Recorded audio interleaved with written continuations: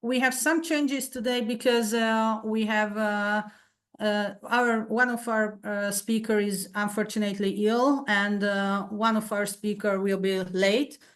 So the order of speakers are changing, but the training will be done this morning. So what is this innovation as a service for Danube region project? Innovation as a service is IaaS is innovation as a service, which is for accelerated innovation and industrial transition in the industrial, rural, and remote areas with low innovation capacity in the Danube region. The priority of the program is to have a more competitive and smarter Danube region. And our specific objective is to enhance innovation and technology transfer in the Danube region. Our project started 1 year ago and lasts for 30 months. We have 16 project partners from 11 countries from the Danube region.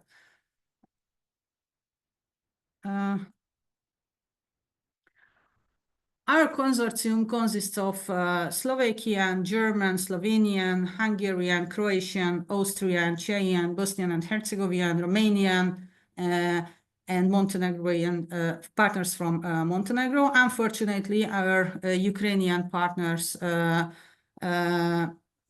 step out from this project. So what is the IaaS4 Danube region? It is the innovation as a service through accelerated innovation and industrial transition in the industrial, rural, and remote areas in the Danube region, because we think there is low innovation capacity in these areas. We have identified the main typical challenges in these areas. For example, the lack of skilled workers, the structural changes, and the innovation risk and culture is below average. The overall objective of the project is to deliver locally, durably improved and integrated innovation support services with different service providers who combine their services, which are going significantly beyond what they can do by building on their own limited resources. In the project, we have 3 work packages. The components of the IaaS projects are outsourcing innovation management, access to expertise and infrastructures, accelerated innovation processes, and the continuous learning and improvement. The first work package is the IaaS nodes, which are deliver innovation support with improved governance and capacity. The second work package is the IaaS Academy, which is a transnational capacity building program for the IaaS professionals. And the third work package is the transnational accelerator. In this work package, we implement pilot programs. In the first work package, we have 3 activities. We implemented a common framework for innovation support services and implemented a toolbox and service portfolio. And we set up the IaaS nodes in each region, bundling them to support innovation and industrial transformation. In the second work package, we have 5 activities. We have identified the training needs in each regions and implemented a training program for the transfer of knowledge. This training is part of this activity. We have more study visits in the regions. we will have a blended learning platform, and these activities implement a sustainable transnational professional community, the IaaS Academy. We will have 2 pilot actions, the training sessions and the study visits, and the testing the setup of the transnational community providers and professionals for these regions. We have core and advanced trainings in the IaaS Academy. The core trainings last for 3 hours, 9 times in different topics, as you can see in the presentation. And the advanced trainings give us a deeper knowledge. These are all-day trainings, and we will have 4 advanced trainings throughout the summer and in the early autumn. And the agenda of this day is, so you can see the agenda of this day in this PPT, this slide. As I mentioned that Zeika Ricard from TERA Tehnopolis is unfortunately ill, so she can't be here. Our first presenter will be Helena Nikolašević from TERA Tehnopolis. She will speak about Erasmus for young entrepreneurs. And we have some changes in the order of speakers. So after this, Jan Tuhor will present from University of West Bohemia, then Kozmina Moskelu from the Northeast Regional Development Agency, and the last speaker will be Gál Körmendi from Central Transdanubian Regional Innovation Agency. So have a nice day. We are waiting for your questions after the presentations. It could be an interactive day. And Helena, please start your presentation, and thank you. Thank you for the introduction. Let me first share my screen.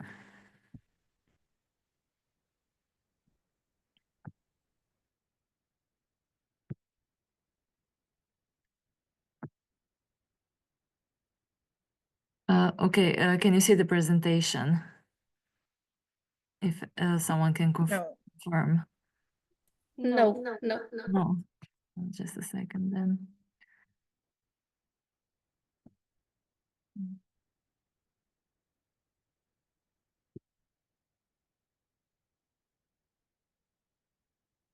Okay.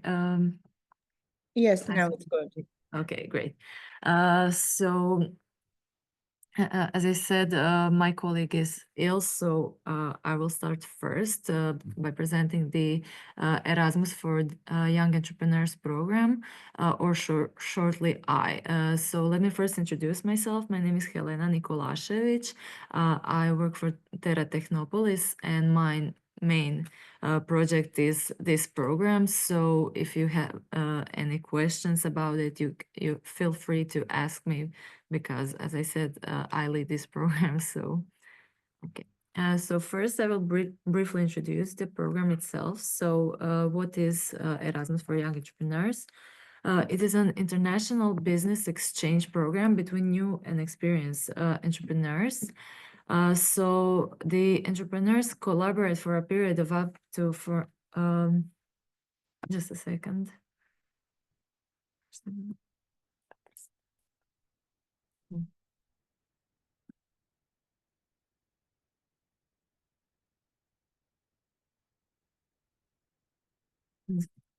Sorry, I didn't realize that it wasn't in the presentation mode.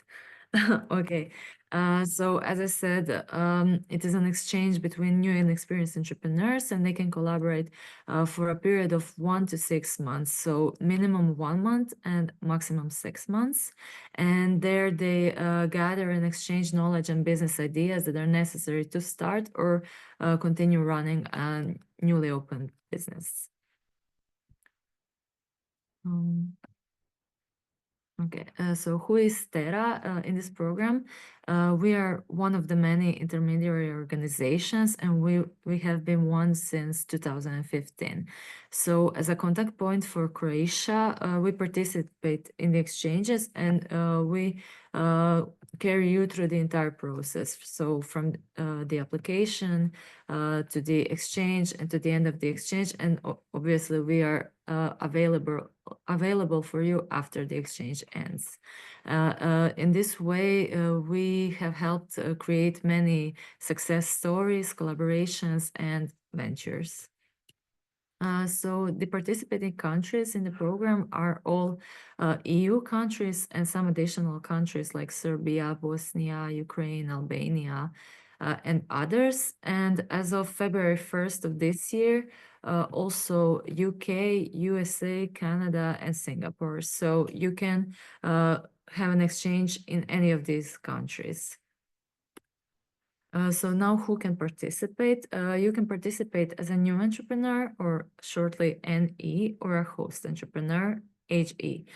So to be an NE, you have to be an aspiring entrepreneur and have a business plan, but under 3 years of entrepreneurial experience. And the most important part is that you have to be motivated to learn from an experienced entrepreneur who is the host, and as a host you have to be you have to have over 3 years of entrepreneurial experience, and you obviously have to have your own business, and you have to be motivated to mentor a young entrepreneur. And also the age eligibility is you have to be over the age of 18. So there is no maximum limit. You can be 65 and have an exchange as a new entrepreneur if you mark all these rules. So the success rate, the current success rate of the program, in the past 15 years of the program, there have been almost 13,000 exchanges and over 53,000 applications. So as you can see, the program is very successful, but obviously there is always room for more. And these are the achievements of the program. The program addressed youth unemployment. It offers practical support to SMEs. It strengthens single market connections, and it helped create new businesses and encouraged business development and innovation. So this is everything about the program. If you have any questions, feel free to ask me. You can ask me now, or if you want to ask later in more detail, you can also contact me on these emails or call me on my phone. Thank you for your attention, and I am excited to hear from you.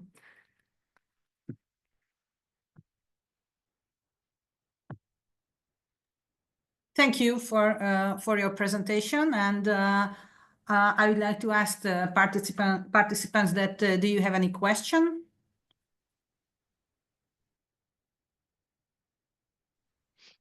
Yeah, if I may. Hello. Hi. Who else, right? I will ask if the TERA is actually initiating such initiatives, or they are just a partner. So we are a partner in this program, yes. and do you, let's say, give topics to be developed, or which fields, or I mean, how you decide to participate? Do you have this need from entrepreneurial side, or you get call from foreign partners if you have interest in that, and then you organize it on your side, or how is it? I mean, if you initialize it, or you are just taking the challenges from others and check upon interest in your region, how is it done? Well, so far we have mainly been partners in many programs. We have been in this program for the past 10 years, actually. So yeah, we are obviously always open to initiate projects, but currently we have participated mainly as partners, but we are open to many different areas because we had we have been partners in entrepreneurial projects, in innovative projects, in agricultural projects. So yeah, we are open to many fields and we have experience in many fields. Thanks. Thank you. Thank you. Other question?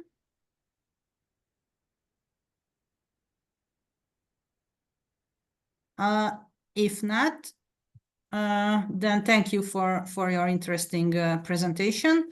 And I'd like to ask Jan Tilichor from University of West Bohemia to take your presentation.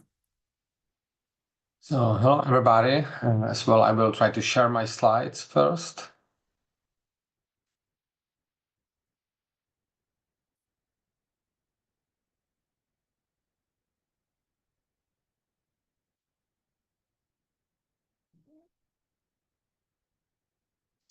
So I hope you can see them, and well, I'd like to start my presentation on the general topic of obviously of this training session, market and business development, and I will try to share with you a few thoughts about possibilities of companies to enter new markets.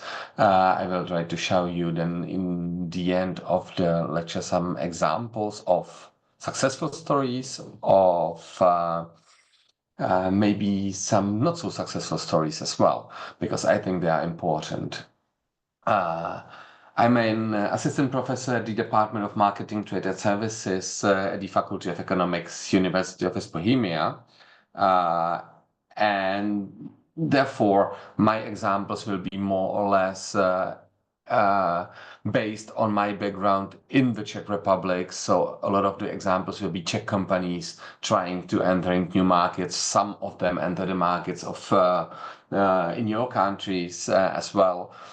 So that's the focus. Obviously, I don't have so much overview about brands, firm companies entering other markets from your own countries. But I guess in general, the approaches will be very common. But the summary you have read. Firstly, it has to be stated that some companies, some firms might not want to expand. They might be really happy that in their own location, there's a bakery, a baker who is running a bakery. He's totally fine with what he does or she does, and he doesn't want to expand. And that's fair enough. The next thing is there might be a lot of strategies, and with more and more insights into it, I can't really tell you which might work. There might be higher probability of some, but the cases from the business show you that even somebody who is handling totally against all recommendations might be successful in the market in the end. So that's next thing which needs to be done. So I wouldn't say if you do this, that will work, because that might not be the truth in today's world, which is very dynamic and fast changing. And some examples I'm showing now, will be showing later on, might not be good examples in 2 months, maybe, and maybe in half a year. That's about it. Each business can choose to expand within its own country, so nationally, or going international. Both has some advantages and disadvantages, but absolutely crucial is to do at least a little bit strategic planning before doing it and before trying to expand, because expansion is always a risky business, and if you don't think it at least a little bit through, then you might not be successful. So that's one thing. So therefore, the start of my lecture, of my training, is a little more theoretical. Yeah, well, if I'm from a university, you might want to expect that, and then we move to some examples. I chose the Ansoff matrix. As you can see, it's very old business, 1960s, where it has been developed, but it still counts, and it still works. In general, because if some company would love to expand, you either take the product you have and you search for new markets, or you also can simply within the market you are try to find new customers, or you start with a new product, new service, an innovative way, and you either again put it into the market you know already you are, or you simply search for a new one. And again, in reality, a mix of those approaches might be applied. If you want to read a little bit more, I just have here the links. You will get my slides later on, of course, so you can read it through, because I don't want to go deep into this strategies, but it's the basic one you can or each business can start with, not even business. If I spoke about strategic planning, then the procedure is all the time the same. Might be for a lot of you nothing new, but it's still important to think about it first, and which is not there. You have to have the vision of the company. So I want to expand? Is it my intention? Is it my intention to go somewhere else? Do I want to grow?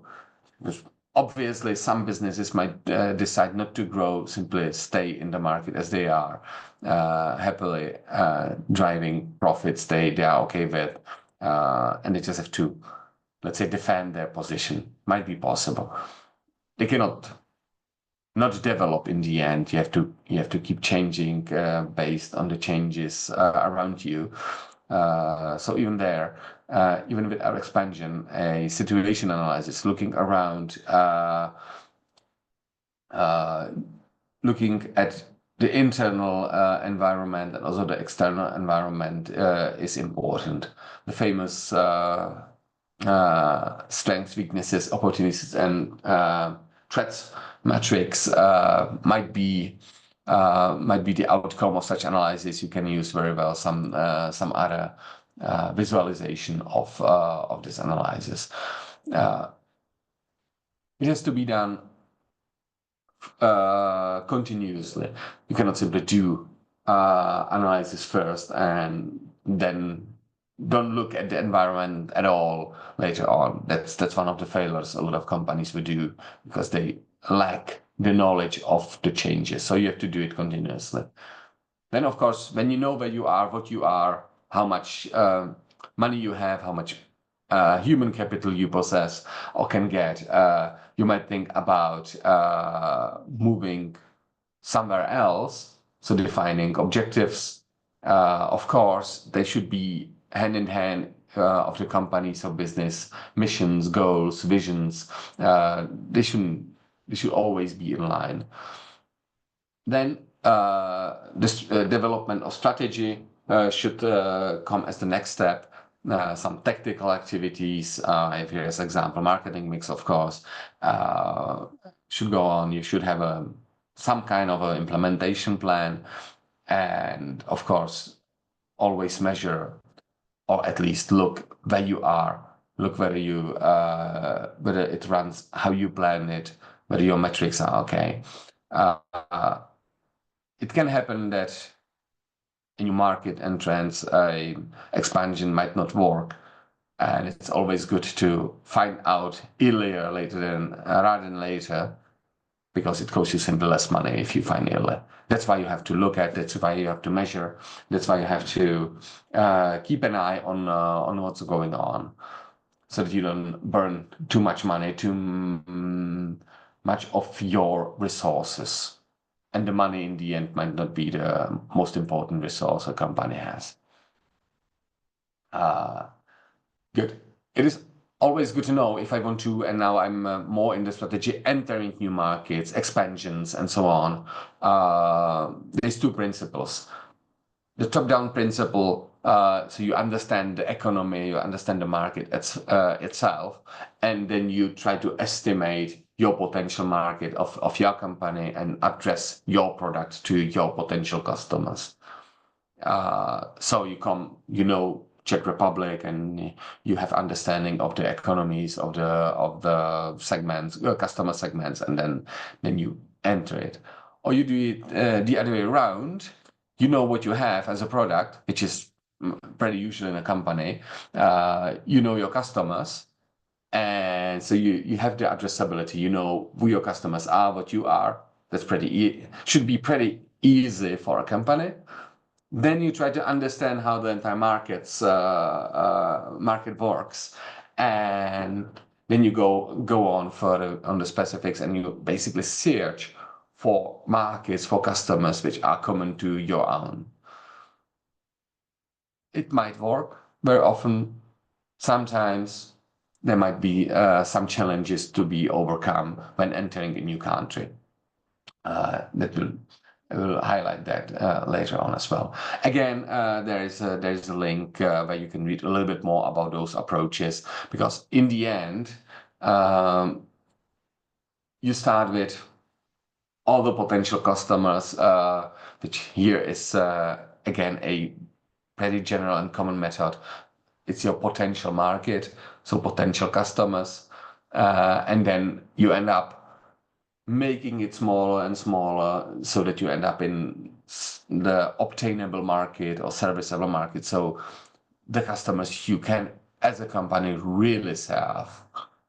So if I have a bakery, as I said, well, obviously, almost everyone in the Czech Republic in the Danube region needs some bread or something like that. But I will definitely not be able to serve everyone from, for example, Plzeň or where I am right now, because the region is pretty big. So I end up limiting the customers I have, defining my potential markets.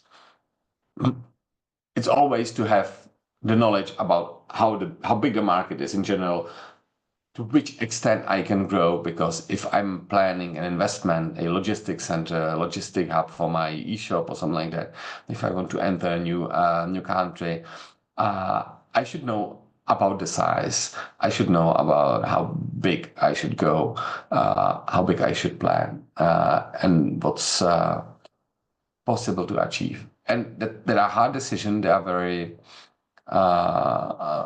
risky, but they have to be done. And again, it depends whether you are a businessman who takes a lot of risks and you simply go ahead and do it with a lot of risk, or whether you decide to grow slow but sustainable in a decent manner. That depends on the choices within the business. Sometimes the businessman might not influence the choice because the investors might push him or her to a faster growth and so on.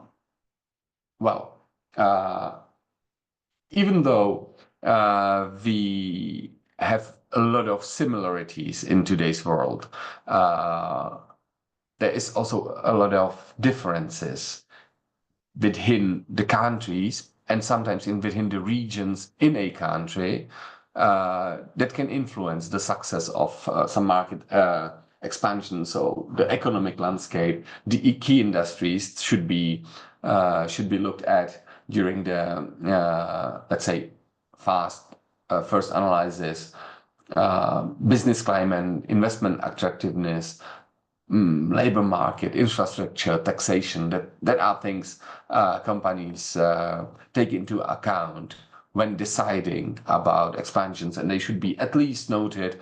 At least fast brief overview should be done. Very often, most of the countries in Europe would have some development agencies, some business information or supporting agencies where simply businesses can help themselves. There's a lot of service organizations, because more or less each country, each region would like to have new investors, new companies working on a business, new companies providing working places. So there is a lot of businesses, a lot of companies who help businesses to grow. I guess a lot of them are part of this project as well. So you know what I'm speaking about. Of course, I should look at the trends, at the major trade partners as well. That's important as well. Do I have the possibility to have some cooperating companies going with me? Can I find if, for example, logistics is important for me, can I find logistic partners in the country, in the region I want to expand? And of course, the company has to consider regional differences. For example, the market maturity. It might be that in some countries, the markets they are aiming are less developed or more developed. And in both cases, immature market might be interesting to enter because you will be the first one there, obviously. Sometimes, and I will show you later on, a immature market or not so developed market might harm the expansion as well. And there is regional differences. There's even regional differences within Czech Republic, within Romania, within Slovakia, which needs to be taken into account when expanding, because something that works at some place in one market might not work in the other one if you forget about the differences. Also, I speak about regional differences, having in mind communication differences, cultural differences, different religions, which might which has to be taken into account, and so on.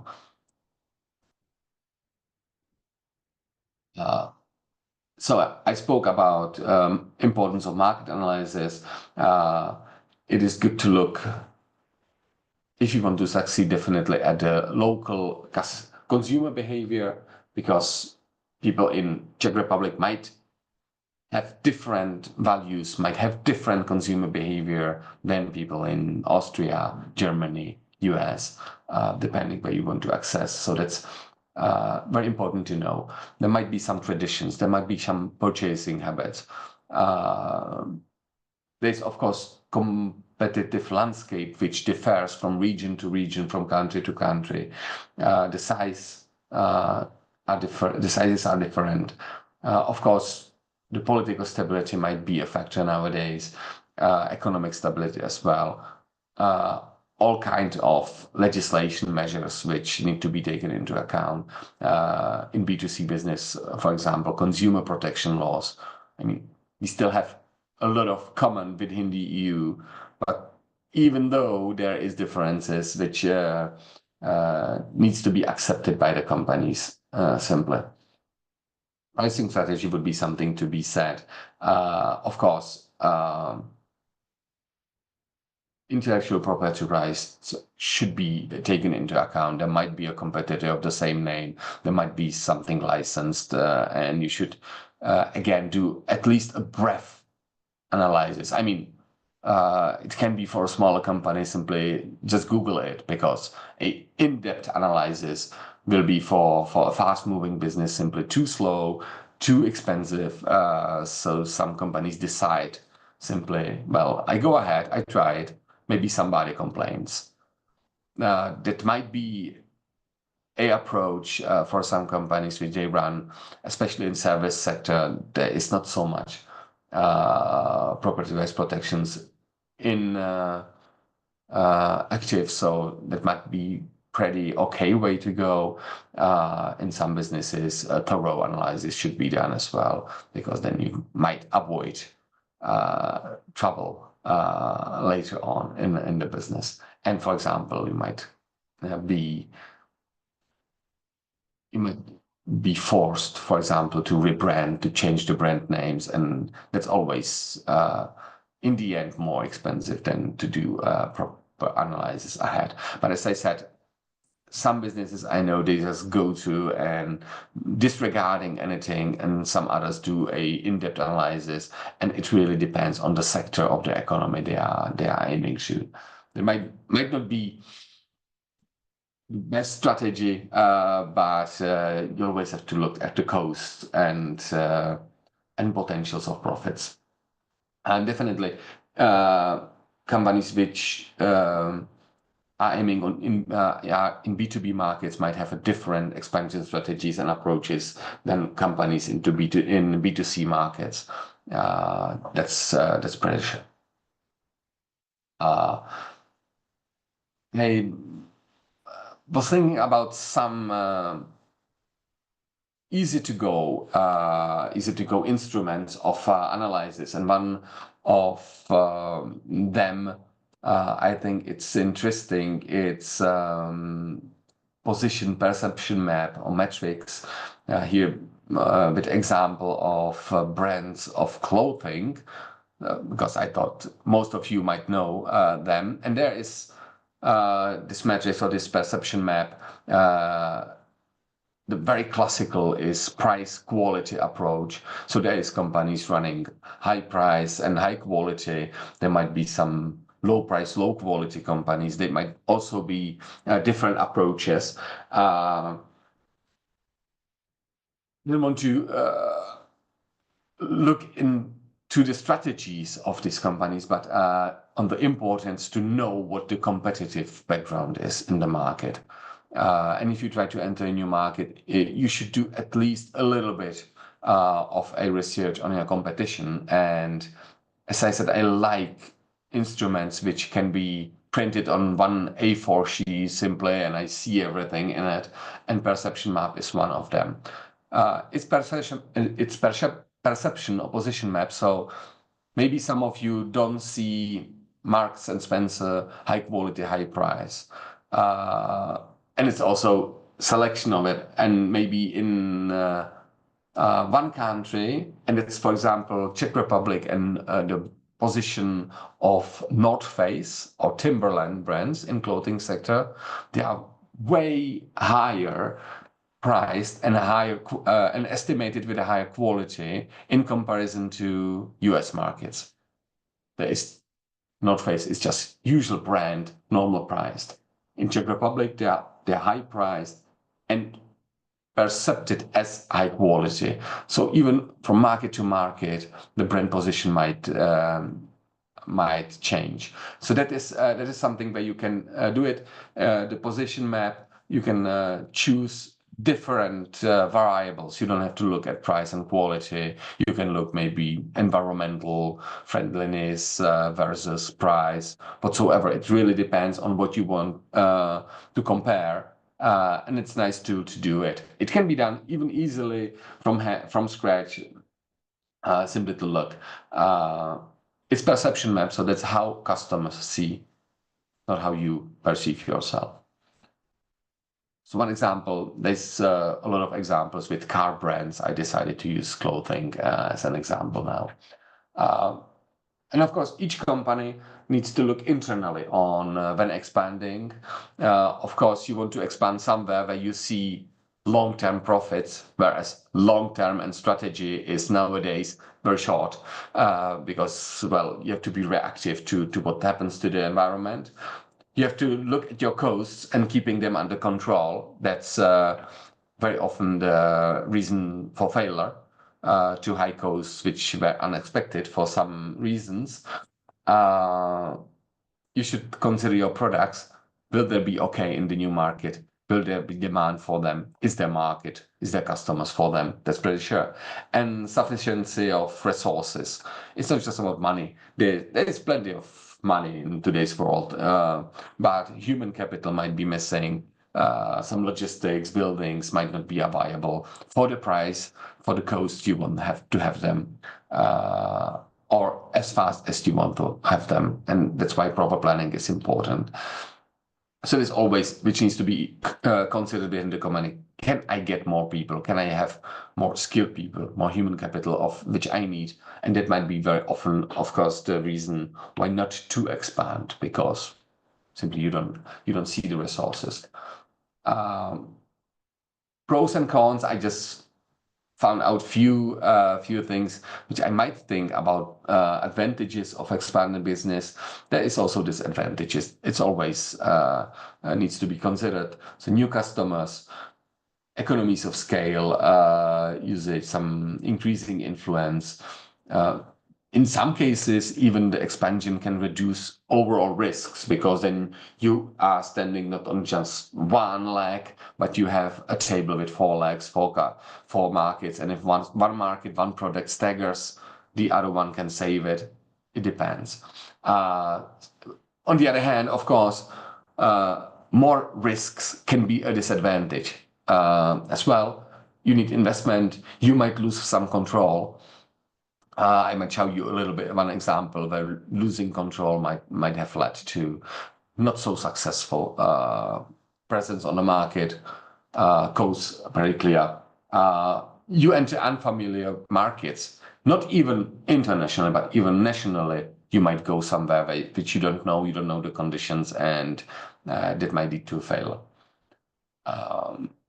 Well, challenges, I spoke about them already, just to have them at once. Regulatory barriers, cultural consumer behavior, competition, local market dynamics, logistics. You might see some branding mistakes, some market position issues as well. As I'm from the part of marketing, that's obviously something I like to look at the most. The challenges, well, sometimes being too quick is not so good. Sometimes being too slow harms the future development as well. It depends on the type of company, on the type of the product.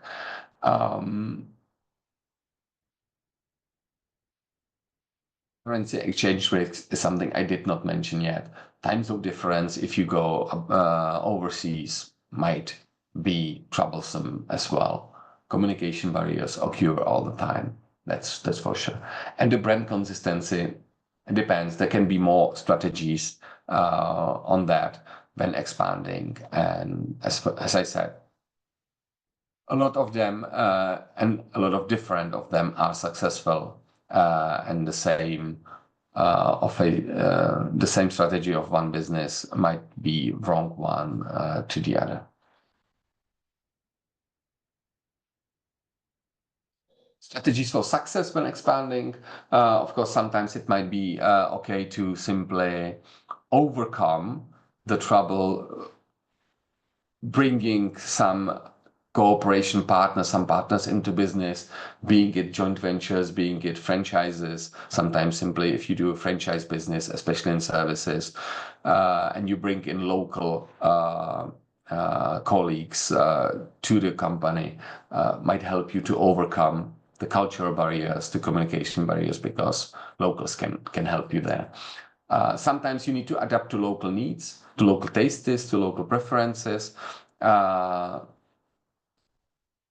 Sometimes online platforms might help you. Brand presence is always important.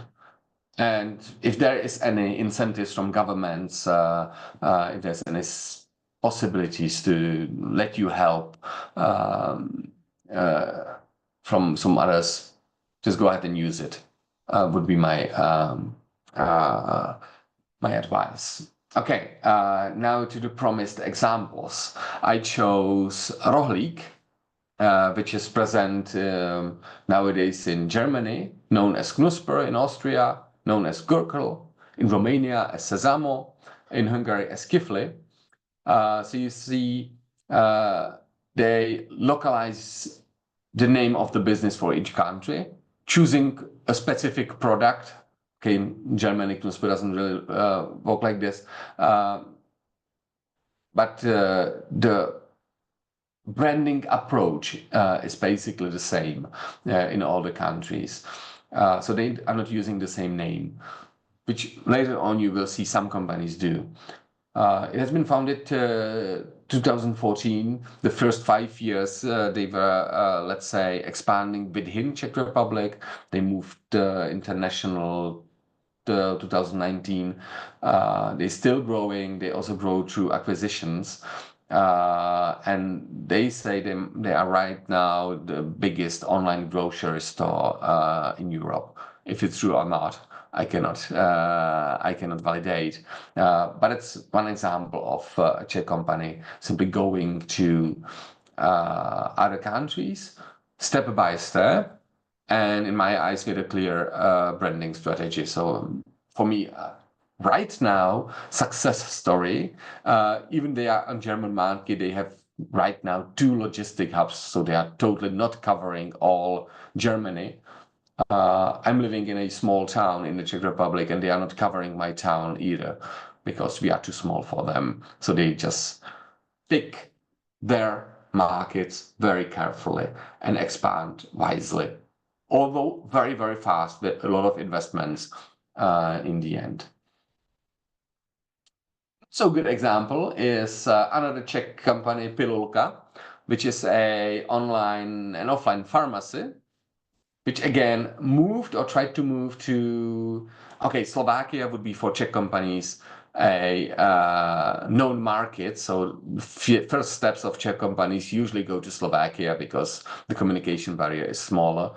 But they went to Romania, Hungary, and Austria as Pilulka, which from my understanding is not such a great move to use Czech brand there. Now they are off those countries. They stopped it because they are now in trouble. Probably because they are in a business which, to my understanding right now, maybe needs to have an online and also offline pharmacies. Just to be online might not be a wise strategy as I see it from the customer behavior. Maybe in some countries the market maturity was not there yet, so they might be too early in those countries. It's medicine, it's pharmacy, so there is a lot of regulations, and maybe the legislation in the countries did not go as fast as possible, as needed for them to find profits. The expansion has been financed, and that's pretty uncommon with IPO. But their shares went from 1,800 crowns to 100 crowns, so like 18 times less than in the beginning. So nowadays they are in trouble. They are trying to save the company. They cut all the expansions. They remained in Czech Republic and Slovakia, where they have online and offline pharmacy. And right now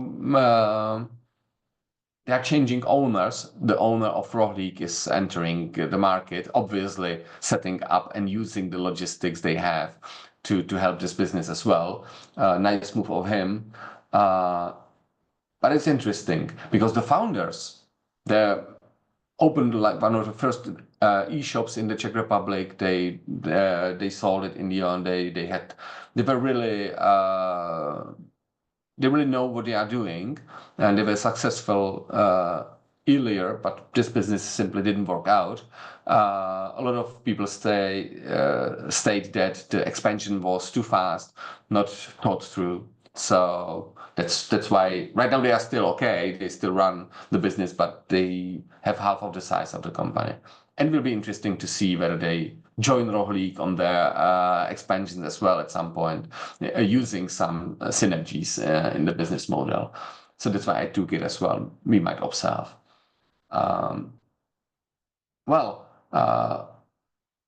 Amazon and eBay, I chose this big multinationals, and Czech market. Amazon, eBay were too slow because the market is small. Czech is special language. Who would try to open up a logistics hubs in 10 million country when you can serve hundreds of millions countries? So they were too late here. And in online market, very often first come, first serve strategy is there. So Allegro Group originating from Poland is the local competition. In Czech Republic, there is a lot of national big e-shops which can outplay Amazon for now. Even though we have some logistics up of Amazon in the Czech Republic, they're really not strong in the market. With eBay, maybe in the Czech Republic, the people might like new products rather than used products. That's one possible explanation as well. But again, eBay was simply too slow to enter the markets, and local competition arise, and they're not able to gain potential. Interesting is example of Google, who back in 2009, has been losing. There's been 5 markets in the world where Google was not number 1. So Google simply came to Czech Republic and really tried to outcompete Seznamce as the biggest full search provider in the Czech Republic, and also advertisement provider online. Finally, they are now #1, of course, but they really pushed hard in the market. They really came in and learned what and why they were losing the share in the market. So Google really concentrated on to be #1 in Czech Republic. So I guess investing way more than the Czech market is worth, but they really wanted to be the winners there. So it was interesting. The same story was in Russia, China. There has been a strong local competition by the time they started the business and they started to expand. So, but another approach of a multinational to Czech market, for example. I have one more example of which I don't know, it's still working, but I don't think it will be long lasting, which, well, makes me sad because it's one alumni from my faculty founding this business. They founded a Pilsner unique bar, as they call it. So that was restaurants where you can self-tap beer. It was founded 2005. They have had like 2 restaurants in Pilsen starting there, then developing a franchise concept. But so that's the way how to grow in services. But right now I see they are retreating from some locations. The initial place in Pilsen, there's none of them. And they right now are in Prague, Spindlerům, Berlin, Bucharest, newly obviously, with one restaurant. So obviously aiming on tourist destinations. And I guess COVID-19 played a role, and I guess change in the consumer behavior. The new generation, the younger generation, does not drink so much beer. It's not so heavy drinkers of beer. The concept was not low priced. It has been done on competition, and right now, obviously, this concept of consumption does not work unless you are in a tourist company where still people come to drink. So that's one example I just found that, well, something which has been very, very successful earlier on simply cease to grow right now. Notino, another Czech company, there's an example of rebranding because of international expansion. They have been founded 2004 as Parfums.cz, online shopping perfumes right now in 27 European countries. As Notino, they changed the brands in order to be able to expand. And of course, Parfums.cz also limits you with the domain name just to perfumes, and they might want to sell a little bit more. I have 2 more examples of that as well. A successful company. They have some trouble. They have been accused of falsing on some brands. I don't know whether it's true or not, but there is some shady stories about them as well. But they seem to be successful. They have over 1 billion euros turnover right now, so pretty big. The market share in Czech Republic right now is at 14% of their turnover is made in Czech Republic, so they really grew fast and nicely. I have here 2 more examples of branding trouble. Slevomat is the local version of Groupon, and again, Groupon wouldn't make it. They have been first in the Czech market, and they are the biggest ones. But the point is that sleva in Czech means discount. And another example is nejlevnější.cz, which is in translation cheapest tires. Yeah, well, but at some point, the cheap business, the discount business, wasn't enough for them. They needed to grow. But with this brand name, I mean, if you are selling cheapest tires, well, to sell premium tires is kind of problematic. So they really need to work on their rebranding, on their expanding the understanding of a brand that cheap doesn't mean low quality in that case. And they kept the name, but in my eyes, they were successful that customers right now understand them. Okay, I want to have a nice, a good thing to go. I go to Slivoman, even if it means discount or cheap. I still can get premium things over there, and it's fine. So sometimes there would be the advice: think ahead, and if you want to be the cheapest one, think that at some point you might sell premium brands, and the cheapest ones is not anymore the right positioning in there. There's several approaches how to overcome that, but they chose to work with the old brand name because the brand perception was simply too high to change it. The rebranding might not work. I understand that, did a good job, and they expanded the business still. More examples. Look at McDonald's, what they do. In each country you are, McDonald's very often offers some local tastes, some local specials. In Czech Republic, they have fried cheese. They might have special burger there and there, so they are adapting to the customers. They bring in some specialties, adapting to the markets. Better example is Carrefour. They were simply too high priced for Czech Republic, bad location choice, they are off market. The story of big chains is the same in almost each country in Central Europe. Airbnb and Uber, there might be companies which are really facing strong regulations. In some cities, in some countries, they are banned, basically. So it's an example of how regulation can ban your business. Decathlon and Action, on the other hand, right now they have, at least in the Czech Republic, are very successful, and the strategy is to be cheap, to be affordable, but with decent quality. That seemed to be working in Central European markets. Netflix has been struggling, but they had to add local language content. They're very successful just with English content. They get way more customers when they edit local language contents, which seems to be important for our markets as well. So again, one example, the entry was not so good, but it's a huge company. They can stand if something does not expand as fast as they thought through. As soon as they edit local language content, they might have more customers. And it's, again, something from branding, some example of wrong names like Pajero, Mitsubishi, which needed to be rebranded in Spain because that has been a vulgar insult in Spanish. So wrong choice. A Czech brand of clothing, which brand name was Pietro Filippi. So they wanted to look Italian because Italians are really good in clothing, but they were based in Czech Republic. Nice move on that. Very often you choose German name to be high quality, being from somewhere else. A good strategy.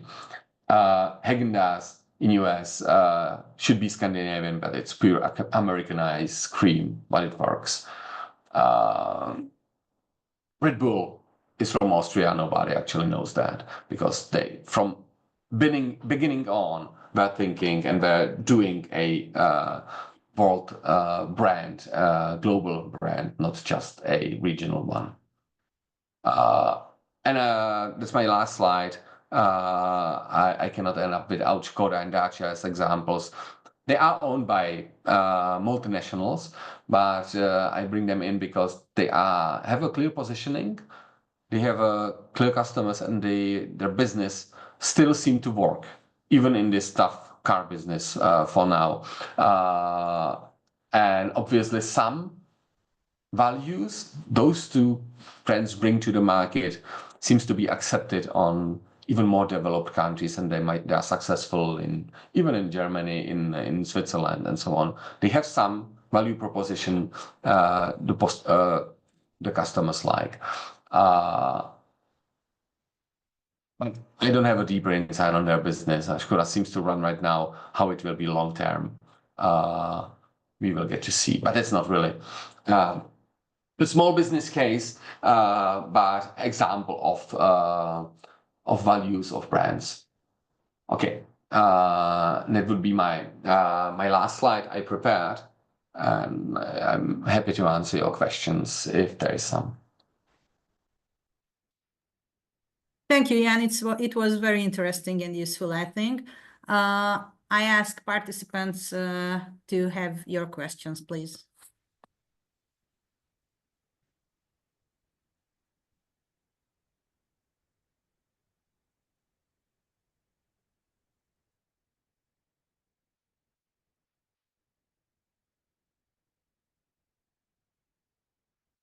Cosmina, we can't hear you if you speak to us.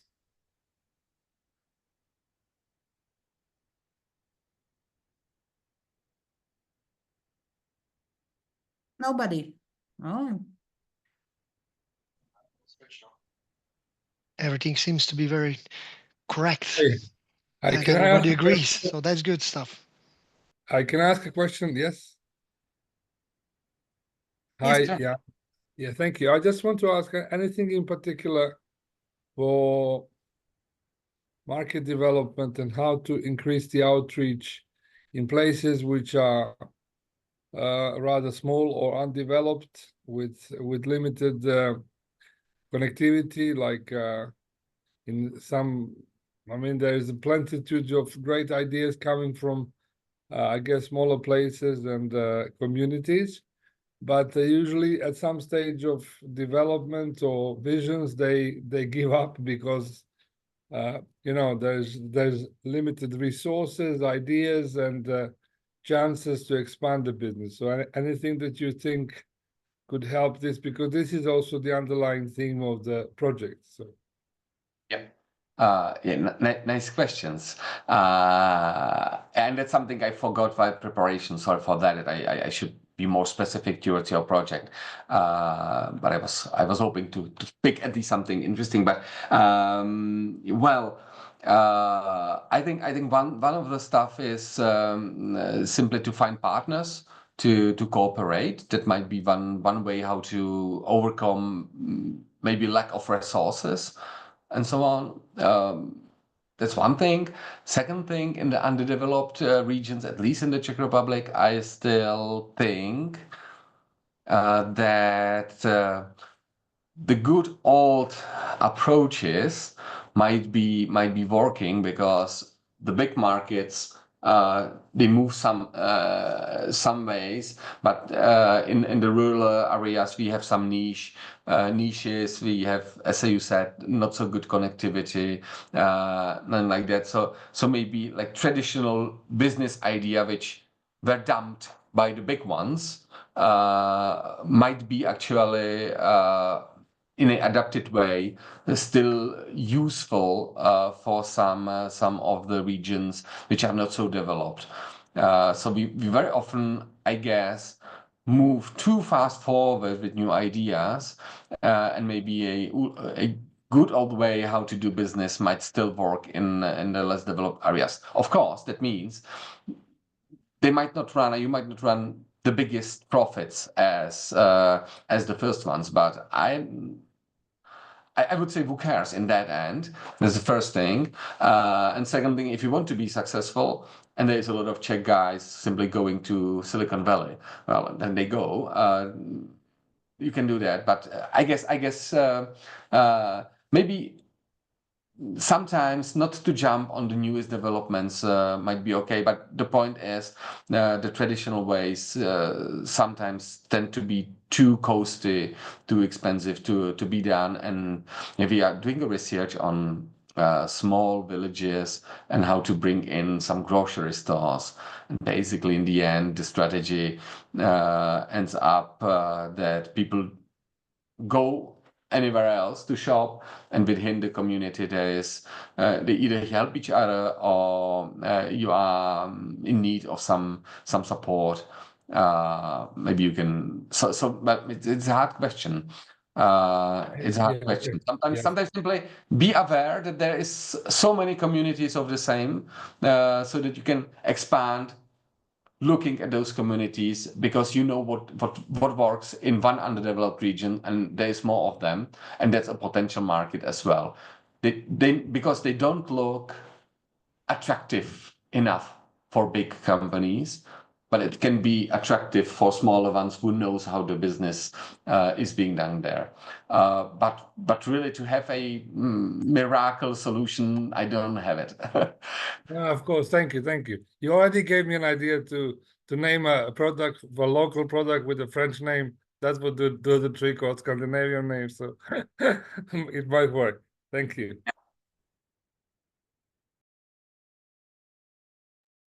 Thank you. I have a question, if it's possible. Yes, please. Hi. Sorry for my voice. I'm fighting a flu. My question actually is not more as a question, but more to ask your opinion, because I'm sure that you noticed as well as companies have noticed that the younger generation has a different buying habit than our generation or our parents' generation. They tend to, let's say, stay at home longer with their parents. They don't go that much out. And like you said, the beer industry is the first one that has been affected. Sorry, just a second.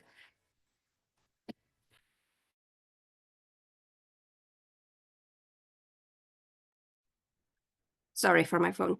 So there are changes in shopping behavior of the younger generation, and I'm wondering, what is your opinion? How do you think the companies will react in the future? Younger generation tend to go to the traditional side of things. They are not that much open to innovation like they used to be, but companies still consider their clients as dynamic, driven people, young people, ready to embrace challenges and things like this. So I'm wondering, what's your opinion of this? How do you think things will be in the future in terms of companies' approach towards the young generation? A great question. I come with a comparison because a lot of companies cannot target the older generation either. Yeah, and that's why I say, I mean, we have in most countries we have aging society, and yet all the trends are going to e-business, but some of the people might not be able to use it, and they stick to traditions. Great observation is that the younger generation at some point behaves very interestingly. They are very often more at home, more doing, more looking regional, more knitting and whatsoever. So coming back to traditions in the end, that's my observation as well. On the other hand, being totally mobile and online with the other stuff. And in that case, my observation, and I'm let's say special in that. I mean, we have cycles. We see it in fashion. Sometimes these sweaters are nice. Sometimes something else you have to wear, and sometimes a beard is okay, and sometimes it is not. So I'm pretty sure that and in the company strategies we do see sometimes it's this ahead and that. So I guess the companies will simply adapt to it.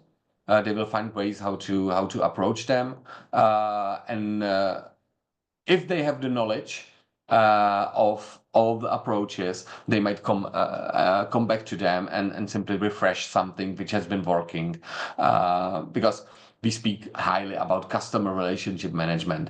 Well, it's something a good restaurant owner has been doing since 16th century. He knew their clients by names. Now we have it in an Excel sheet, but the successful approach is the same. So I guess the companies, they will adapt. They will see that there is something like that. We can see a lot of, but if you do your necklaces at home, that's what a lot of younger people do. Well, they do not trade them in normal markets, but they do trade them online.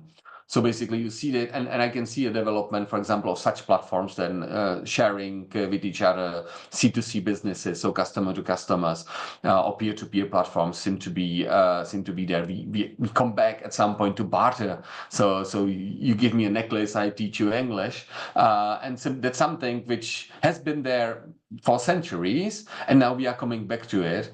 And I guess the reaction will be like this. But the point is, at some point in those companies, in the marketing agencies, the younger generations will be there, and they will know how to speak to their generation. Unfortunately, very often in consulting companies, very often in marketing agencies, just younger people are at work, and they are forgetting the older ones. Sometimes the advertisements looking at older generation or targeting older generation are just interestingly not speaking the language of them. On the other hand, But you are speaking about connectivity, about maturity of the market. In the Czech Republic, who was the one who basically brought all the generation to use smartphones and apps? It has been Lidl and their discount app. That meant like most of the older generation started to use technology because they wanted their discount. That was the right incentive. Well, nobody from the government thought that way, that you need to go incentive. And since then, every old woman and man are using it, kind of, if they are shopping in Lidl, and all the other ones as well, because that was the right incentive to find. And I guess with the younger generation, we are coming a little bit back. We are coming to be more local, which is definitely the chance. Yeah, well, on the other hand, and the market with honey, like everybody is selling homemade honey, and at some point, it's souvenir of any destination I go to, it's regional honey. At some point, we need to differentiate there as well, a little bit as well. Not saying it's not the regional specific, but you need to find competitive advantages, and I'm pretty sure they will adapt to the trend, and a lot of them adapted already, developing such trading platforms for them. And we shouldn't be forgetting we have this generation problems with every generation. You had it, I had it, my parents had it, my grandparents had it. They had argues, and the generation didn't know each other. Now we are just maybe too highlighting these differences right now. It has been always with us, and we always handled it. And we just need to adapt a little bit, to listen to the customers what they want, and try to give them what they want if we have money for it, and if it's not too costly, because customers can also adapt. This very often is being said, customers are the kings. Yeah, well, yes, but it has limits, and you don't need every customer. No way. So that's something which will be there. But what we are facing right now is that we have really huge information income, really huge possibilities how to do marketing, how to do advertising. Nothing really is off market. We still have radio, TV, we have internet, and the selection of the right audience or the right customers, it's increasingly problematic. And it can get costly if you do it incorrectly, and that's something for the companies is a new world. They are facing this choice challenge and information challenge. Everyone has too much of it, and I'm still by myself wondering how far it goes. But we can see it a little bit in the politics, I guess, in most of the countries. Simple communication, no in-depth communication. So obviously having more information means you don't accept them, and you stick to the first one, to the easy one, to the easy understood one. That's unfortunately the way the decision-making at the customer level goes, not only in politics, but in the other stuff. And that's, well, it's something we need to look at any aspect of our lives, and if somewhere a decision made according to marketing measures of somebody, that might work also in business, also in small companies, if you are communicating that way, because that's obviously how the customers behave, and we should look around. That's what the young generation does not do. So you have to find the right channel to speak to them, and it's problematic because they don't speak one, they don't read the same newspaper, they don't look at the same TV channel. It has been much easier earlier on. You have to be more specific while choosing your target audience. Thank you so much. That was a very comprehensive answer, and it touches all the points of my question. Thank you. Thank you. Do you have any questions?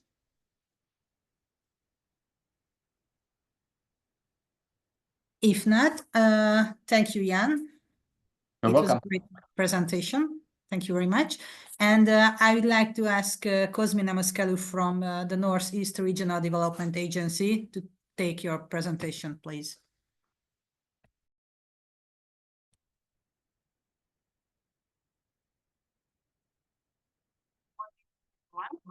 My name is Cosmina Moscalu, and I am an expert in the Department of Communication, Innovation, and External Cooperation within Northeast Regional Development Agency, Romania. And today I would like to share with you some insights on how our organization drives regional growth through our integrated services. I will also present key aspects of strategic communication branding, including practical examples. Next, we will explore the topic of networking and relationship building. Finally, I have prepared 2 case studies of best practices, one from the public sector and the other featuring local success story. The main role of Northeast RDA is to act as a regional development facilitator. Our agency fosters open and fair communication channels and collaborations with all representative of quadruple helix. Here we can include local public authorities, the academic sector and the private sector, and also civil society as well. But what exactly do you offer on the market? What are our services? We offer integrated services such as regional planning and programming. We manage regional development programs, and we serve as managing authority for the Northeast Regional Program 2021-2027. We are involved in identifying and implementing international projects. We also facilitate and develop regional, national, and international partnerships. Also, we promote and develop the regional entrepreneurial ecosystem. Also, develop, implement, and promote the smart specialization strategy in our region. We also are responsible for the regional marketing and promotion. So to conclude, we offer a wide range of services to support socioeconomic growth in our region. But in the context of today's course, I think the essential question is how do we promote all these services that we are offering? The answer seems very simple, through our brands. So our agency has created several brands and sub-brands, as you can see on this slide. Each brand corresponds to a specific type of service, allowing us to reach to our target audience. For instance, Regio Nord-Est is the brand created to promote our regional program. As I have already mentioned, we serve as managing authority for the Northeast Regional Program. Through this brand, we communicate the funding conditions. We also announce upcoming calls for proposal. We are bringing ourselves closer to the potential beneficiaries. We also provide help desk services, ensuring that our beneficiaries can rely on the funding opportunities offered through the program. Another example would be Ruby Hub. This brand falls under the development of the regional entrepreneurial ecosystem. This approach makes it easier for us to reach our target audience for each specific topic. However, the real question remains, how do we get closer to the market? I think an important aspect refers to building a strong collaboration network. Here we can talk about organizing meetings to facilitate dialogue, For instance, we started organizing less formal roundtables featuring a guest of honor who brings together multiple collaborators interested in a specific sector. Another powerful tool to get closer to the market is by increasing visibility and transparency. Regarding this topic, Northeast RDA organizes information sessions about funding opportunities. Another important approach is using technology to connect. We utilize social media and we are creating monthly newsletter in order to keep the community informed and to engage them to our services and messages. Another key approach is engaging directly with the community. For instance, we support local events. We are participating in regional initiative in order to strengthen our connection with the community. We also launch public consultation campaigns that gives us opportunity to get direct feedback from the stakeholders and understand better the needs of our stakeholders. And equally important is developing strategic partnerships. We are collaborating with universities in order to foster regional research and innovation. Furthermore, we engage in international projects to exchange best practices and enhance our regional development efforts. All these strategies, of course, require a promotion and good communication campaigns. As Barack Obama said, the best way to make change is to be a good communicator, to get your message across to people and to connect with them in a way that they feel heard and understood. Now I would like to highlight the key components of an effective communication campaign. Every successful communication campaign begins with the clear objectives. We have to answer to a question like, what are we trying to achieve? For us, the goals may include raising awareness about regional advantages or promoting funding opportunities and so on. Next, we must define our target audience. First, I think we need to identify very clear who they are. We should understand their needs and interests, and I think we should answer to the question, what kind of information or support are they looking for? Once we have a clear picture, then we can tailor our messages and we can reach to our target audience effectively. Defining our target audience help us to communicate better, build stronger connections, and achieve a greater impact in our communities. The heart of any campaign lies in its key messages. These messages should be clear and very impactful. The messages must capture attention and communicate the main idea effectively.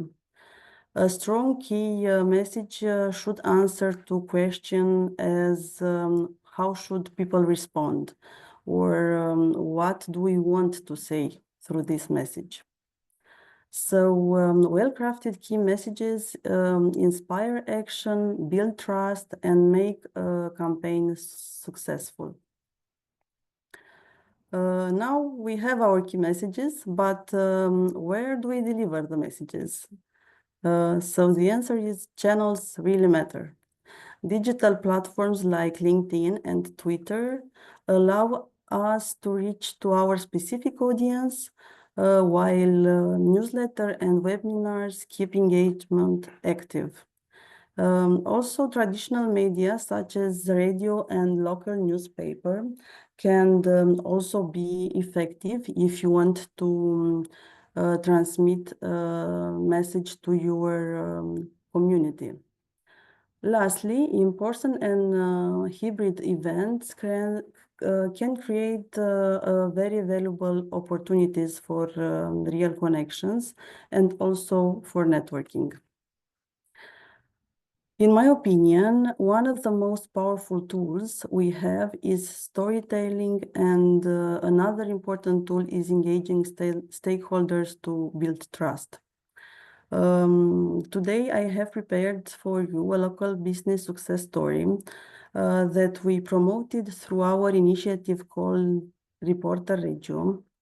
We are very proud of initiative because we highlight successful projects through the voices of their beneficiaries. These stories humanize our message and inspire action. And finally, no campaign is complete without measuring success. So we track website traffic, social media engagement, we measure our event attendance, and very important for us is to receive feedback from our participants in order to understand what's working and where we can improve. Now I would like to share with you information from our recent campaign conducted at the end of the last year, 2024.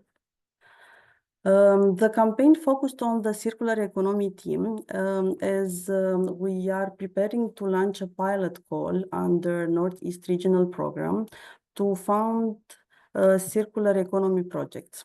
We believe this call introduces new trends in our region, and that the public still has much to learn in terms of circular economy principles.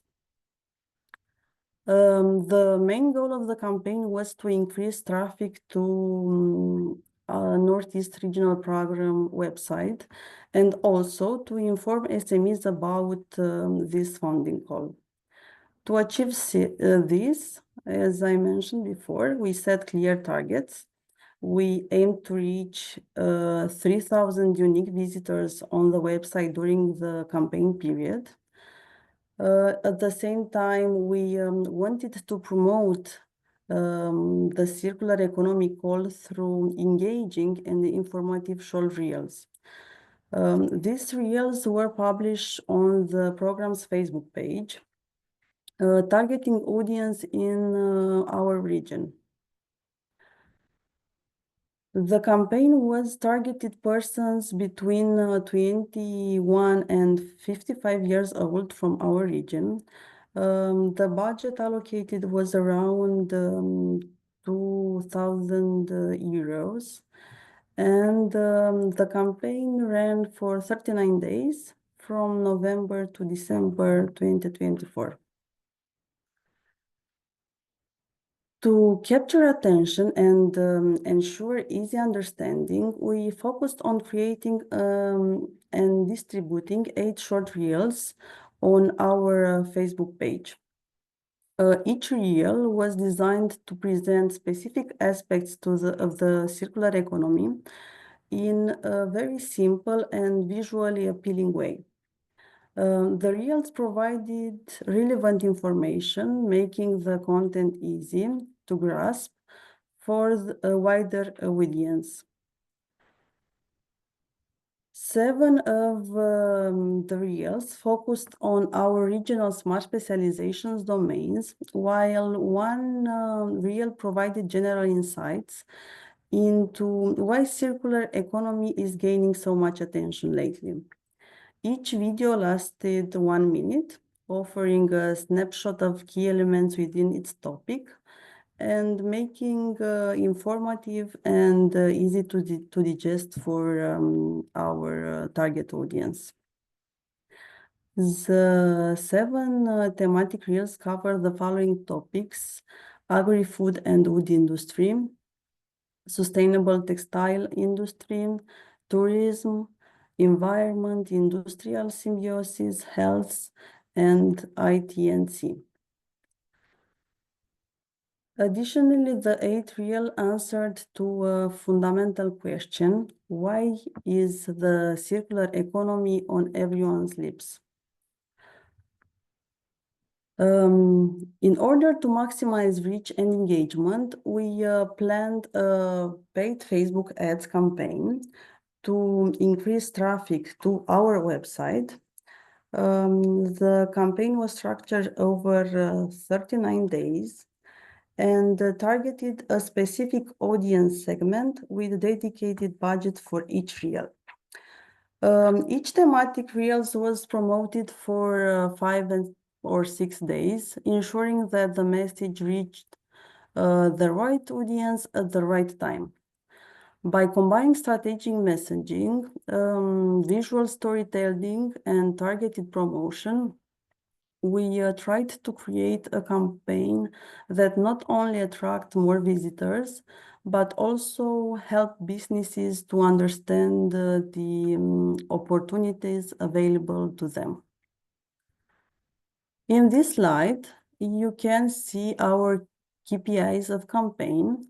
The general information reel, which ran throughout the entire campaign, had the highest number of views and clicks on our website. However, as a lesson learned, the duration was too long, so we could have stopped running it after 1 month. During the campaign period, the total number of visitors to the website increased by 70% comparing to the previous period. Additionally, the number of new visitors grew by 83%, which led to the achievement of this campaign. In conclusion, considering the results obtained in this promotional campaign, we believe that the objective has been achieved. And I hope you enjoyed and found the information from our campaign useful. Now let's wake up a little bit. I invite you to share your best tips and strategies for running successful campaigns. So take 1 minute, please, and you can write down your ideas, and then we collect them and can be used in the next campaigns. Hai, de ce să-și pună?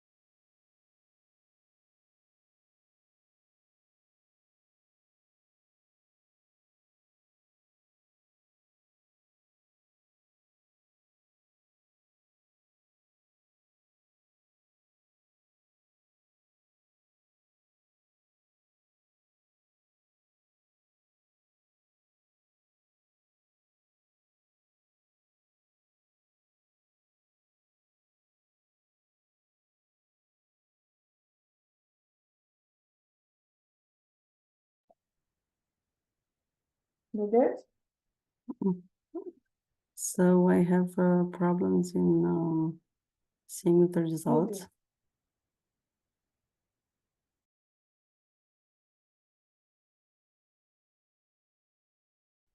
I wasn't able to press submit, so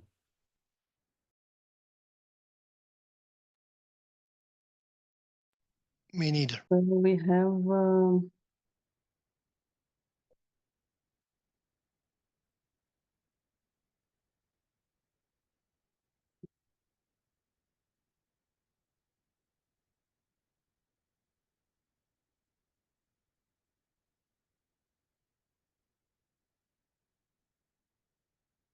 so we have some responses. Like paid campaigns are more successfully generally. We should be sure about that we know and correct aim for the campaign.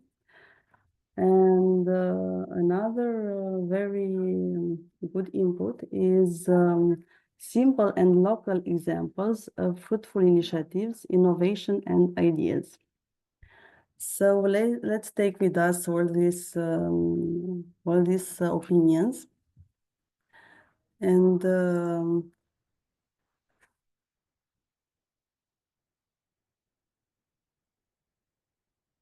now let's turn to the another pillar of market and business development, networking and relationship building. In today's interconnected world, networking is not just a tool, it's a necessity. Why is networking important for business development? First of all, networking opens doors to new opportunities. Sometimes a simple handshake can lead to a life-changing deal. The second reason networking is important is that it helps professionals learn and grow. Networking allows for the exchange of knowledge and best practices, which can improve businesses' strategies. And I also like this because it is also a two-way learning experience. While sometimes you gain insights from other persons, your own experience may also inspire somebody. Another thing to consider is that networking builds trust and credibility. The truth is people prefer doing business with those they know, like, and trust. Furthermore, networking provides a strong support system. Whether you are facing challenges or celebrating success, having a professional network can ensure you are not navigating your journey alone. So mentors or peers can offer guidance and even practical solution to our complex problems.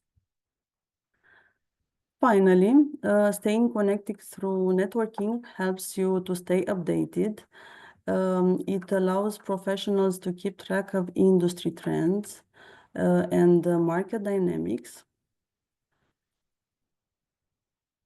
By maintaining strong connection, individuals can adapt more easily and remain relevant in the competitive environment. But how can we network effectively? This is a very difficult question, in my opinion. Of course, we all have experience and we all know that networking is not just about making connection, it's about building meaningful relationships and to create opportunities. But it's difficult to put it into practice. First of all, it's important to be genuine. All of us appreciate sincerity and this makes interaction more valuable. Another important aspect is to be proactive. Of course, the more you put yourself out there, the more chances you have to meet individuals who can help you grow. One golden rule of networking is to give before you receive. people are more likely to support those who have been generous and helpful to them. In today's digital world, leveraging technology is more important than ever. Platforms like LinkedIn or industry-specific forums can help us to meet easier person who can help you to grow. A quick online connection can lead to interesting discussions, collaboration, and even to create business partnership. And finally, following up is crucial from my point of view. A simple follow-up mail or message can keep the connection alive. To conclude, networking is not just about expanding your circle. It's about nurturing relationships that promote mutual growth. It's about learning, it's about sharing and evolving together. Especially said that the most successful businesses are not built only on the quality of the products, they are built on relationships. So let's step out of our comfort zones. Let's attend that event, let's make that phone call and reach out to the mentors that can change our lives. From my point of view, the theory is not so complicated, but for some of us, it is hard to put into practice sometimes. So I have included in my presentation some simple examples, easy icebreaker phrases that we can use in different situations. Maybe can help you sometime.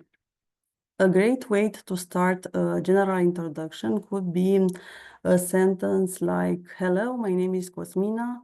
What brings you to this event today?" Or a natural way to start a conversation after attending an event together with somebody can be like, "The speaker was really insightful. What did you think of it?"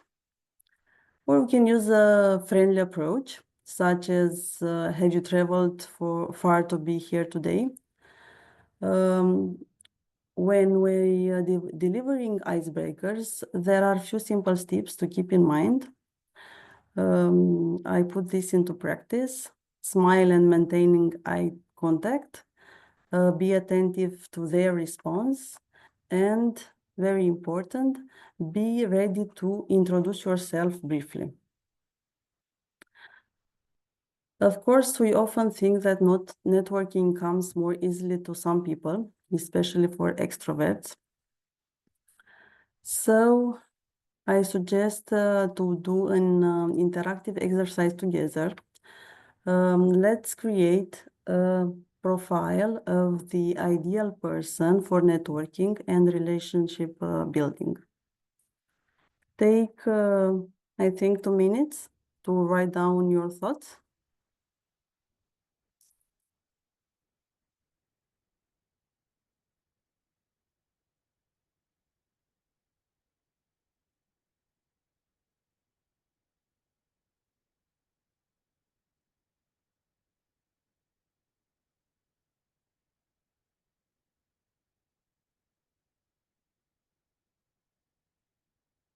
So if you don't know how to use these sticky notes, just give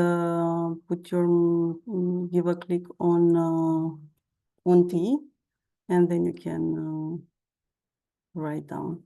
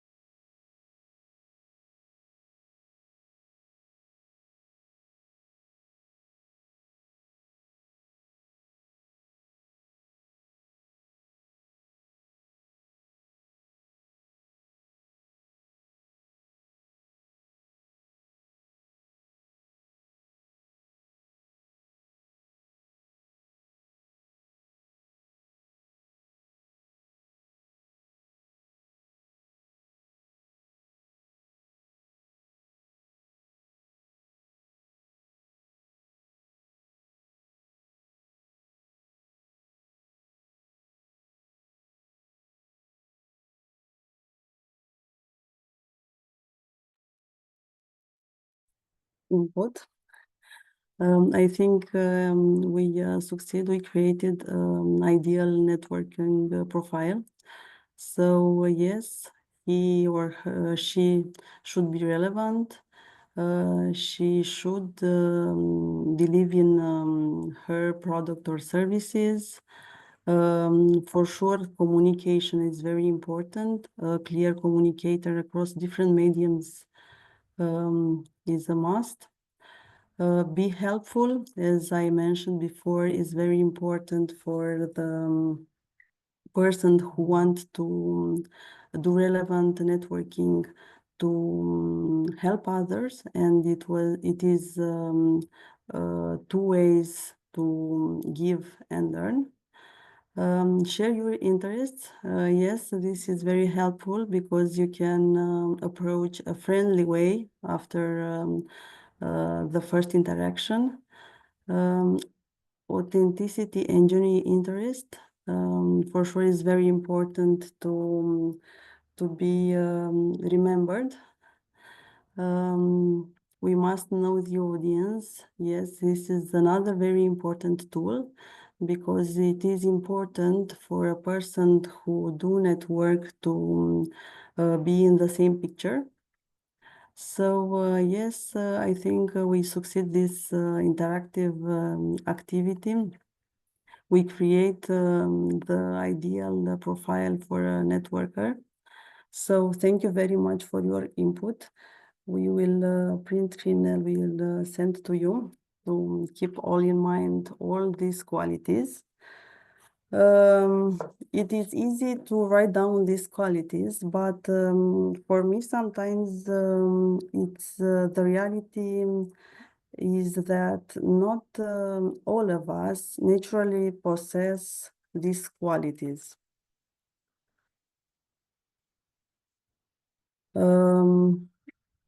The good news is that networking and relationship building are skills that can be developed. So we should try to become better on this. The best way to do this is by attending events, of course, and to try to build connections gradually over the time.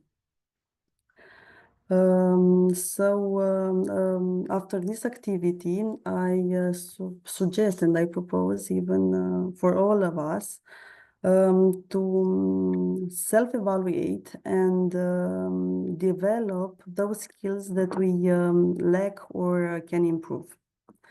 Thank you again for your very interesting input.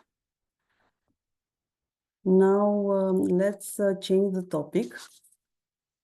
As I mentioned at the beginning of the presentation, I have prepared two case studies. The first one is the Research Valorization Program, second edition, RVP 2.0.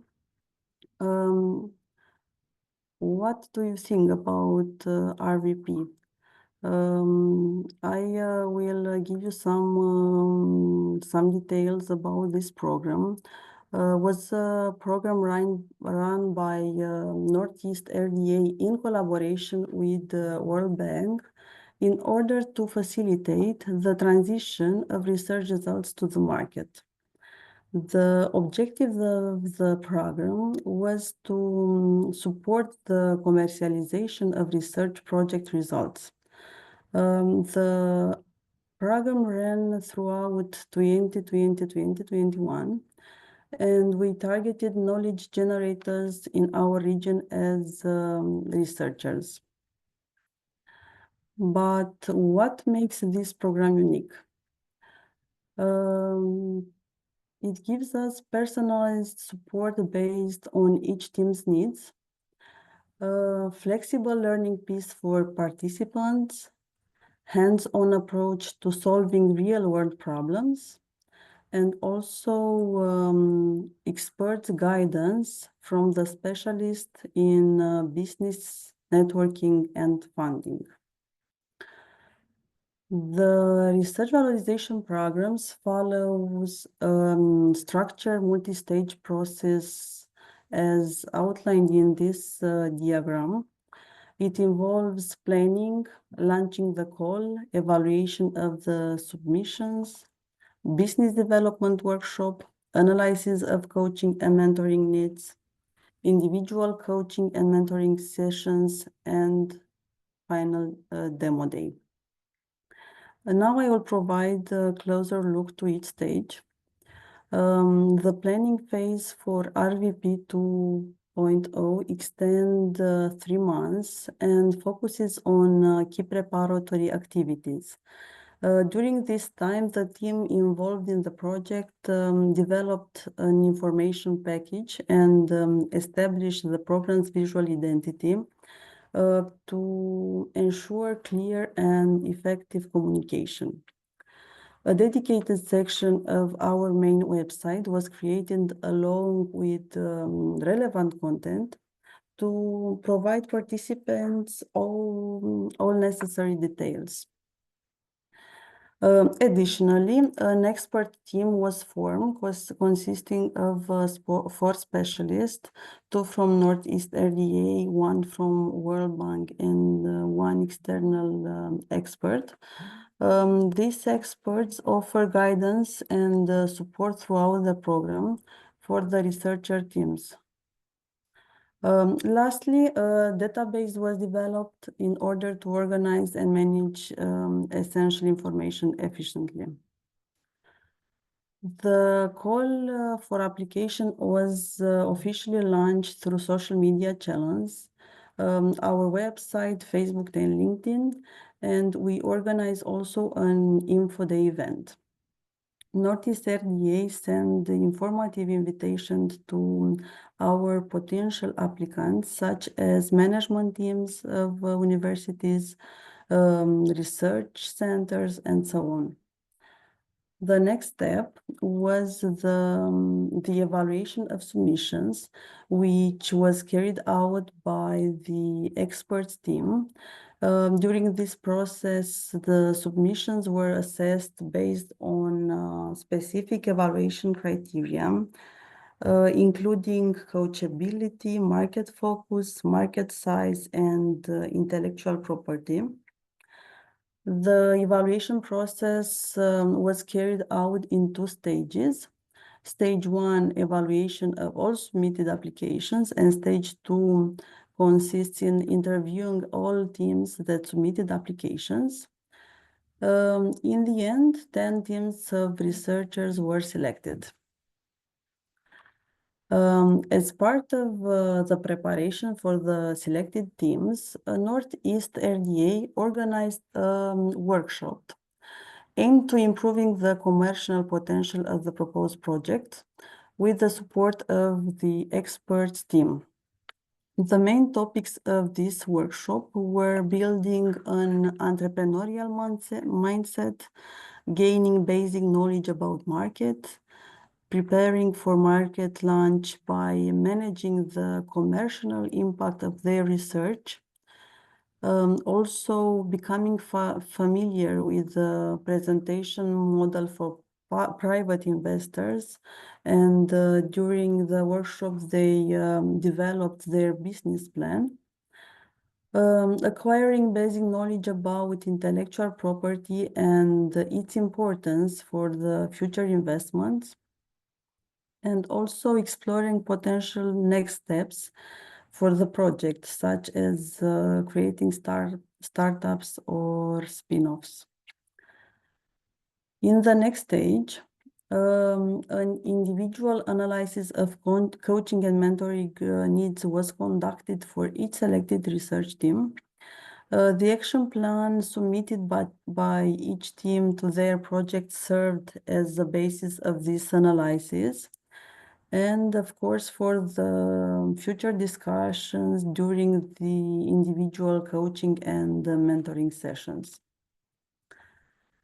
The coaching and mentoring sessions were conducted over a period of 6 months. Each team participated in at least 6 coaching and mentoring sessions. As a result, it was a very demanding period for researchers. During this time, out of the 10 initially selected teams, only 6 teams completed all the required activities successfully. So at the end of the program, we organized a demo day. Each research team gave a 5-minute pitch of their project. The event brought together companies in order to create chances for the future collaborations. Northeast RDA promoted the event across all communication channels. In conclusion, we consider the program was a successful one. The research teams identified several key strengths of the program. Basically, participants valued the practical coaching, the mentors' expertise, and also industry connections. Based on this positive feedback, we are planning to launch the RVP 3.0 in 2026 in order to continue supporting research innovation.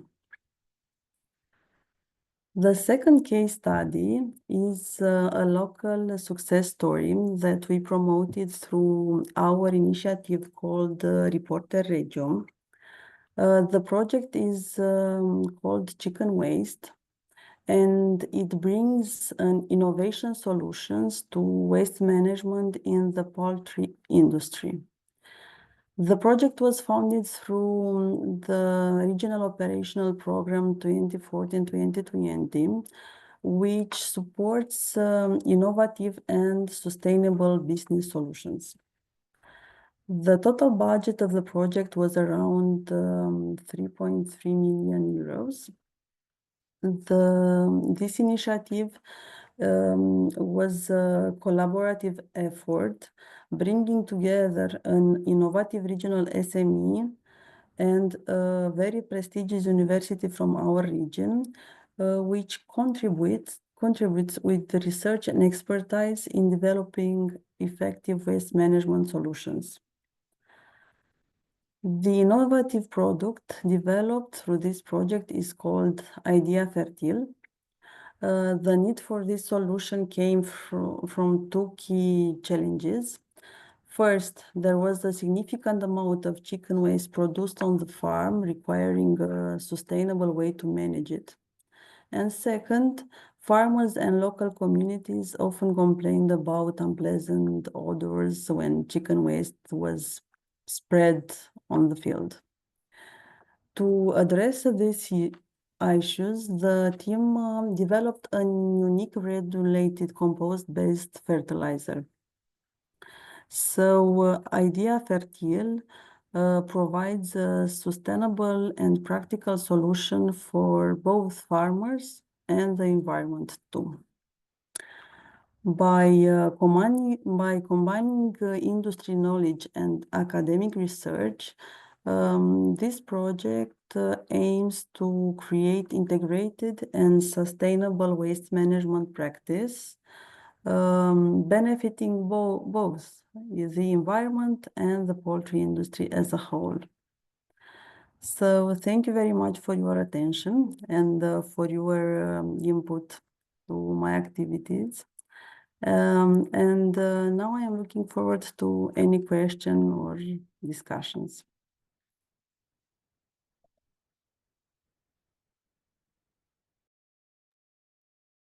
Thank you, Cosmina, for your presentation. It was very interesting, I think, and it was very useful for personally me too. I would like to ask our participants to take your questions, please.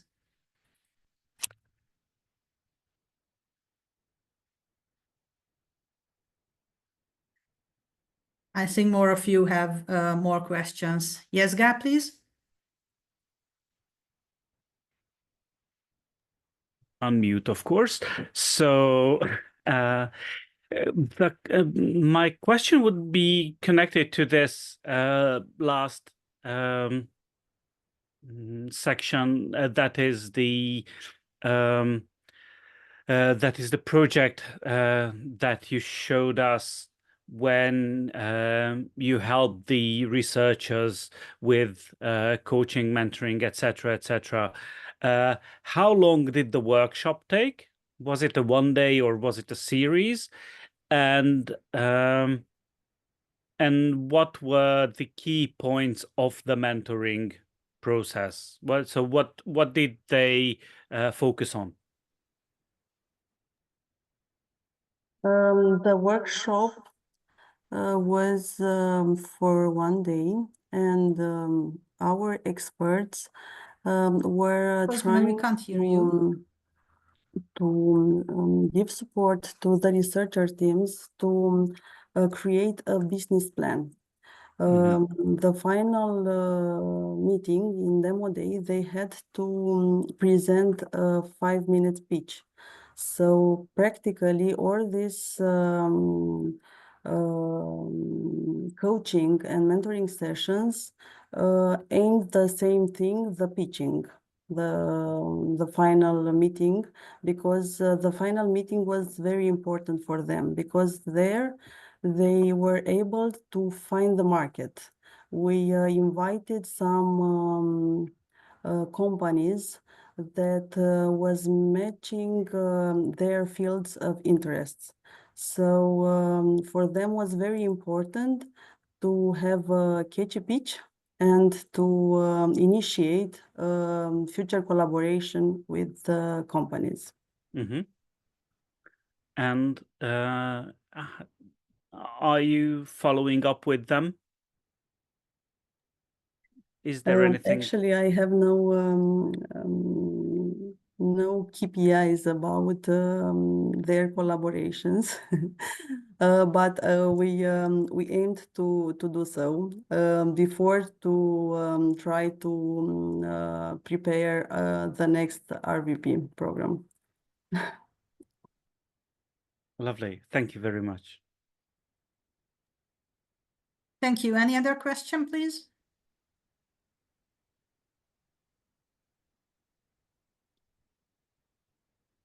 If not, thank you very much, Cosmina, for your presentation. Our next presenter is Gal Kermendi from Central Transdanubian Regional Innovation Agency. The stage is yours, Gal. Go ahead with your presentation, please. Okay, let's try to share the proper screen.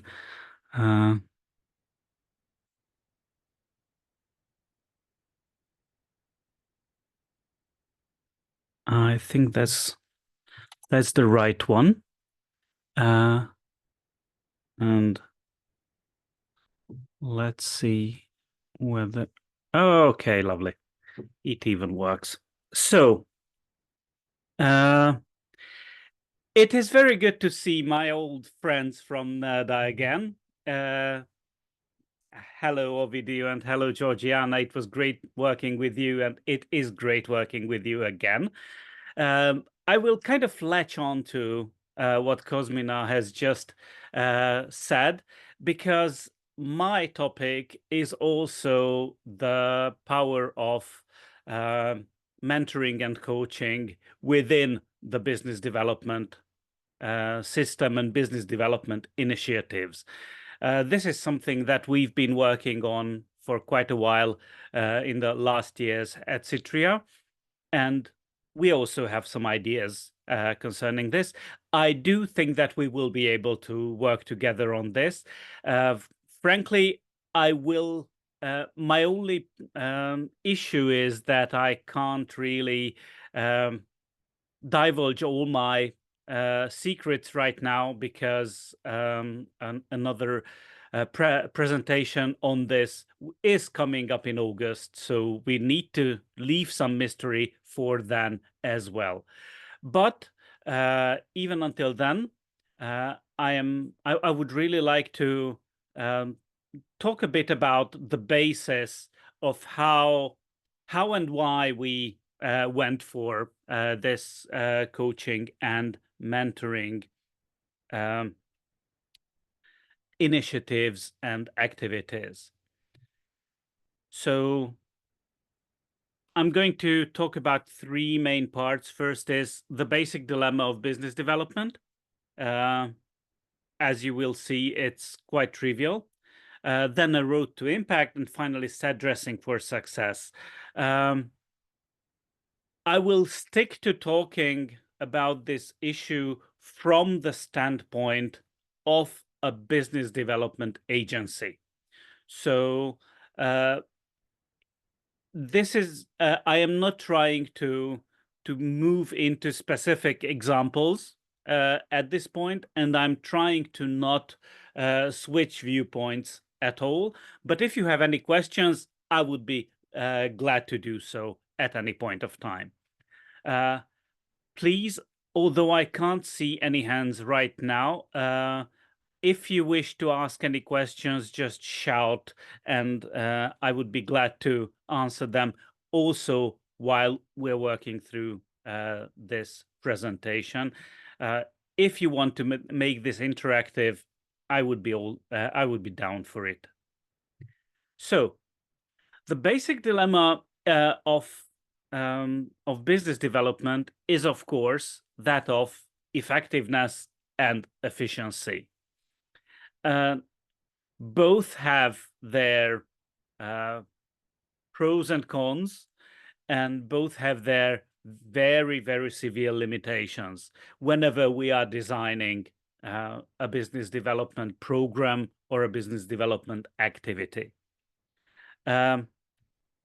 Efficiency, of course, considers budget constraints and scalability as a first point of order, and therefore it very much works with standardized materials, group sessions. It works for the highest common denominator, and of course, what rules is Pareto all the way down, which means that when we are considering efficiency, we are considering the 80% of all problems that we can solve or help solve with the 20% of the energy. Because as we are moving on, the rest of the 20% is going to take up the rest of the 80%. Therefore, efficiency is focused on, as mentioned, scalability, standardization, and dancing with legs tied, which of course is an interesting challenge and is always need to be there in order to make something worthwhile. But on the other hand, it may work against the issue of effectiveness, because effectiveness or the core rule and the core aspect of impact needs to be mission driven, and budget and mission very rarely mesh nicely. Mission needs to get to the place, needs to get to the result, and the result is mission does not accept result being however long my fuel takes my car. On the other hand, while efficiency prioritizes scalability and therefore prioritizes standardized knowledge and skills, effectiveness by necessity prioritizes very specific and tailored knowledge and skills, because it is a problem-focused approach. While efficiency as a main approach prioritizes grouped sessions and front-loading knowledge, effectiveness is, of course, working one-on-one in a tutorial system, answering the question and helping the clients along their own specific way of self-discovery and development. As the efficiency aspect by necessity works for the highest common denominator, effectiveness is always looking for a multiplicator effect. So while efficiency dictates that we should be looking to solve the most problems with the least cost or the least effort, effectiveness wants to solve the problems the most, if you will. So any problem that you start solving needs to be solved, and without care of the number. Impact rules. If it is solved, it's okay. If it's not solved, effectiveness cries. So impact and scale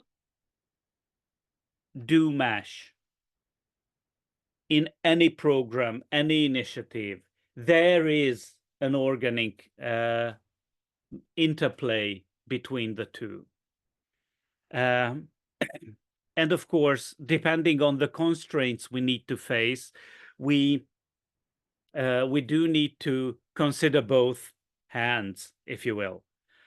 But as I trust, well, I don't know if you are in the same shoes as us, but in Hungary, definitely efficiency trumps effectiveness almost every time, because the constraints are too great to ignore for the mission. And this also means that whether we are talking about incubators or accelerator programs, what we see in the Hungarian landscape is all these generalized, horizontal, very much scalable programs that enroll the most people, the most startups, SMEs, etc., possible, and they provide them with a general knowledge that of course many of the enrolled SMEs will be able to use, but it's by no means tailored to them.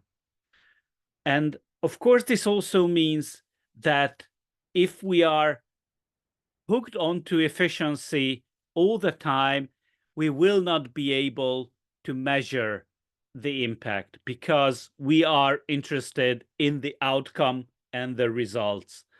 The 3 levels of indicators do tell a very different story when we look at the 2 types of approaches. So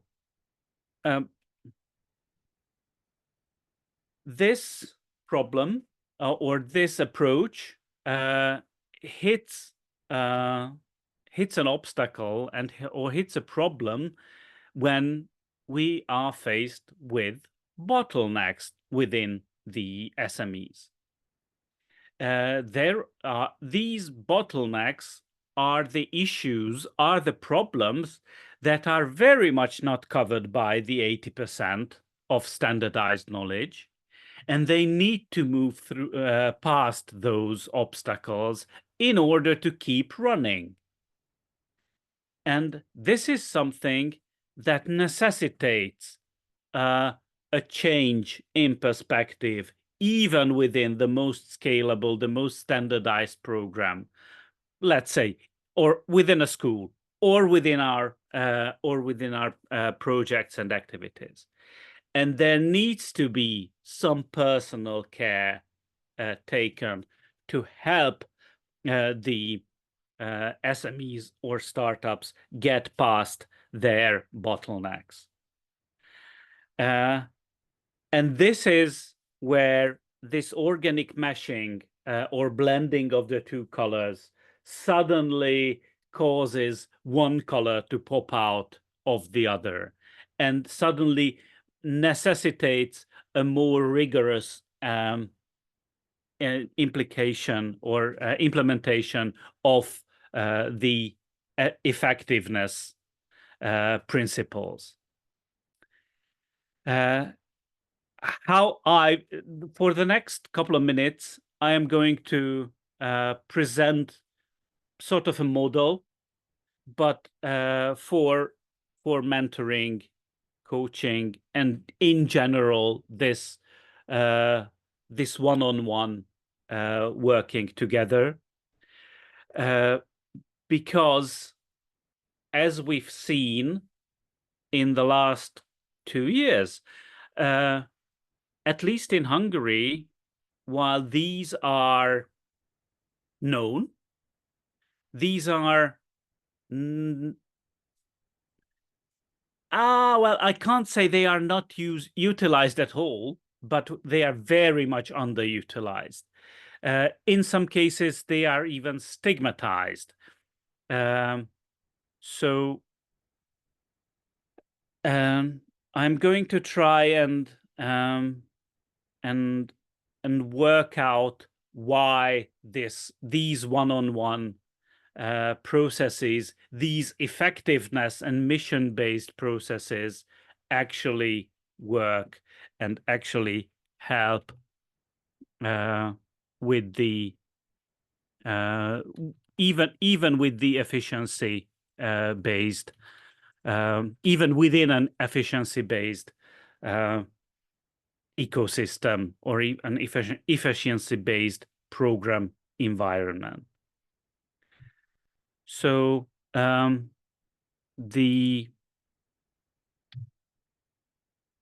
my goodness, there we go. So the model I would try to advocate, and the model I'm using here is a very easy mnemonic: the road to impact, which is an acronym of the 4 key elements of what makes such an approach superior to a scalable horizontal one: relevance, ownership, actionability, and drive, of course. Relevance,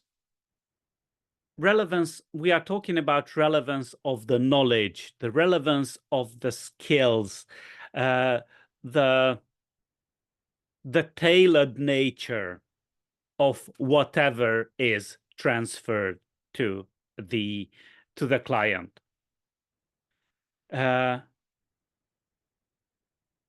In Britain and the US, whenever someone goes to testify in front of a court, they swear to tell the truth, the whole truth, and nothing but the truth. Well, in our case, we are sworn to transfer the whole skill and nothing but the skills needed. So this is a very, very dramatic change from the standardized approach. This basically bars the modular setup. This needs an expert and an expert with empathy to be able to resonate with the client and to provide the whole complexity of the situation, of all the tools, of all the possible actions in a simple and approachable manner that is applicable for the client. So I will come back to this sentence, to this notion several times, that we are talking about a human-focused and a problem-focused manner. So relevance means a paring down of all the knowledge that is transferred and figuring out a way to put all the necessary hooks out that the client will resonate with. And on the other hand, reversing these hooks and figuring out what they actually need. I am not going to go too deep into the issue of what is the difference between a need and a demand. That the gap between the two is very often a problem, and that needs to be deciphered and that needs to be handled. But at the same time, yeah, you need to have the necessary psychological and empathic training to gauge the needs and figure out how to move from the demands to the needs of the client. Because as Edgar Schein wrote it back in the 80s already, the client owns the problem. This is a solid and granite solid first law of any consultation or any development. Because the client, I may be a good consultant, I may know the sector, I may know the background, I may have all the tools to solve the issue that I perceive the client has. But at the same time, the client knows all the little details that I may not know. The client has been on their own journey and may have tried some of the tools that I would be flagrantly just suggesting to them.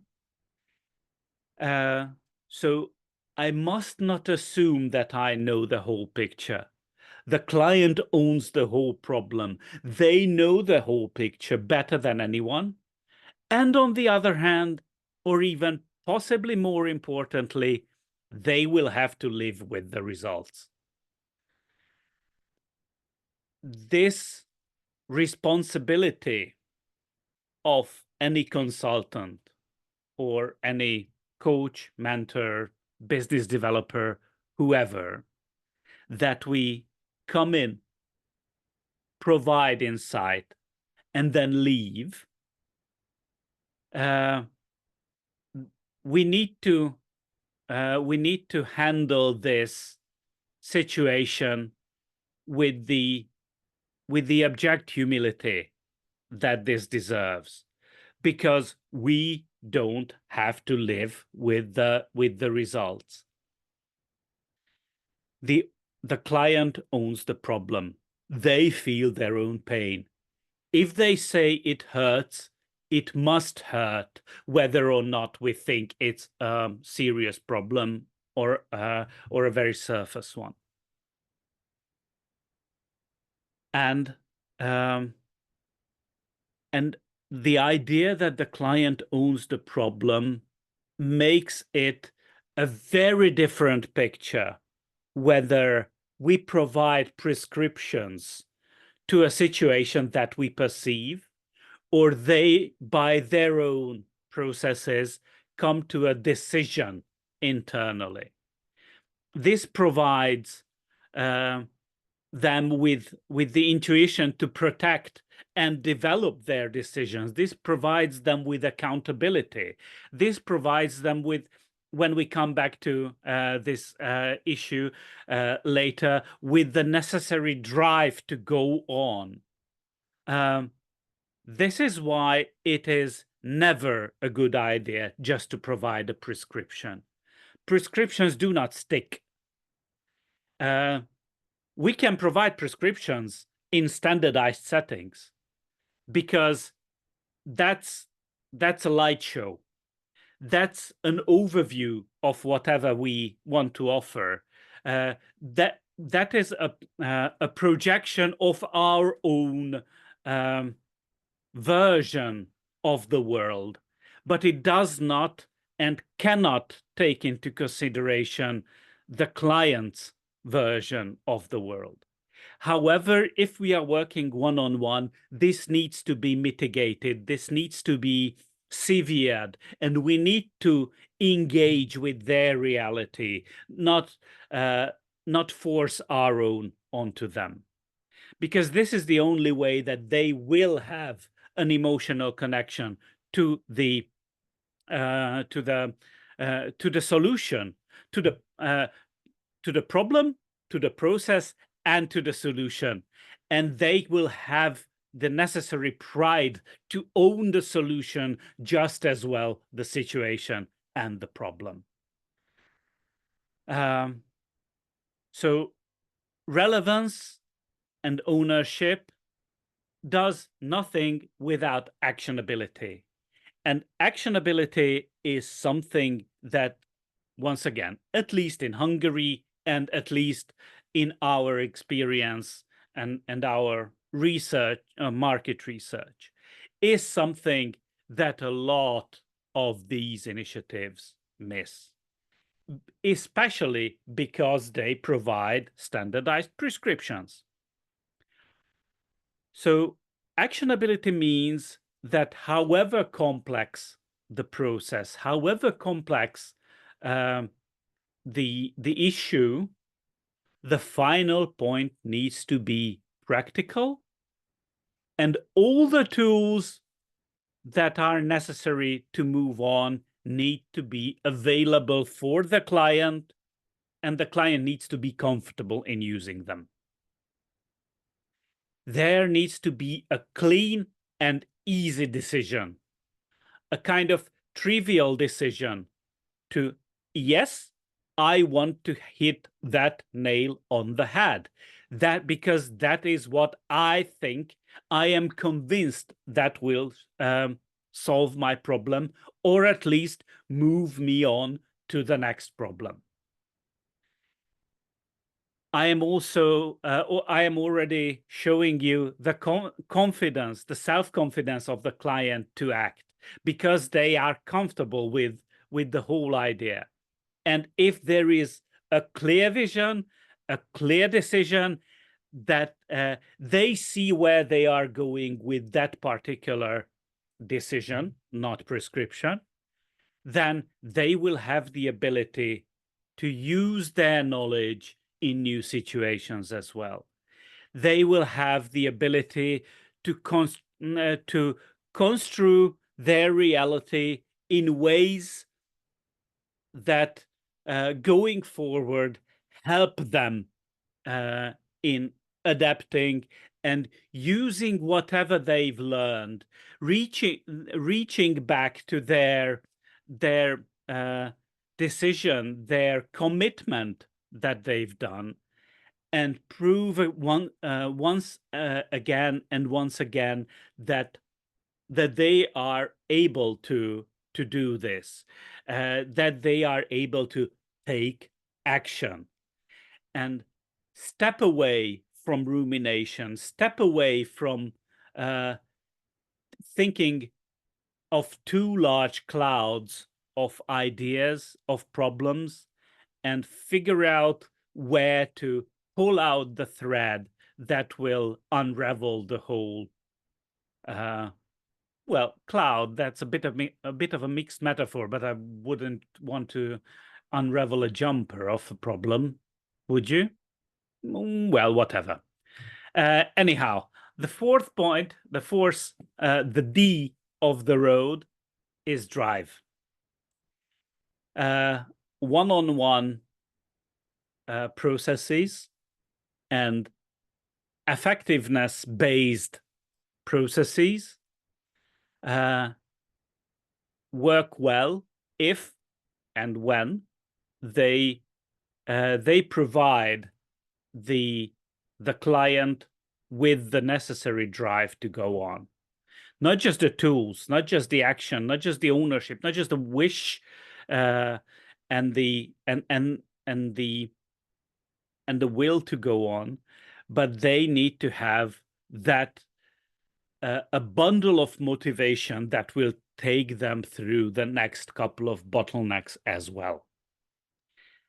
This break-on through to the other side mentality is something that can only be really developed in a one-on-one, in a consultation or mentoring situation. This is not something that the standardized horizontal group dynamics can help with.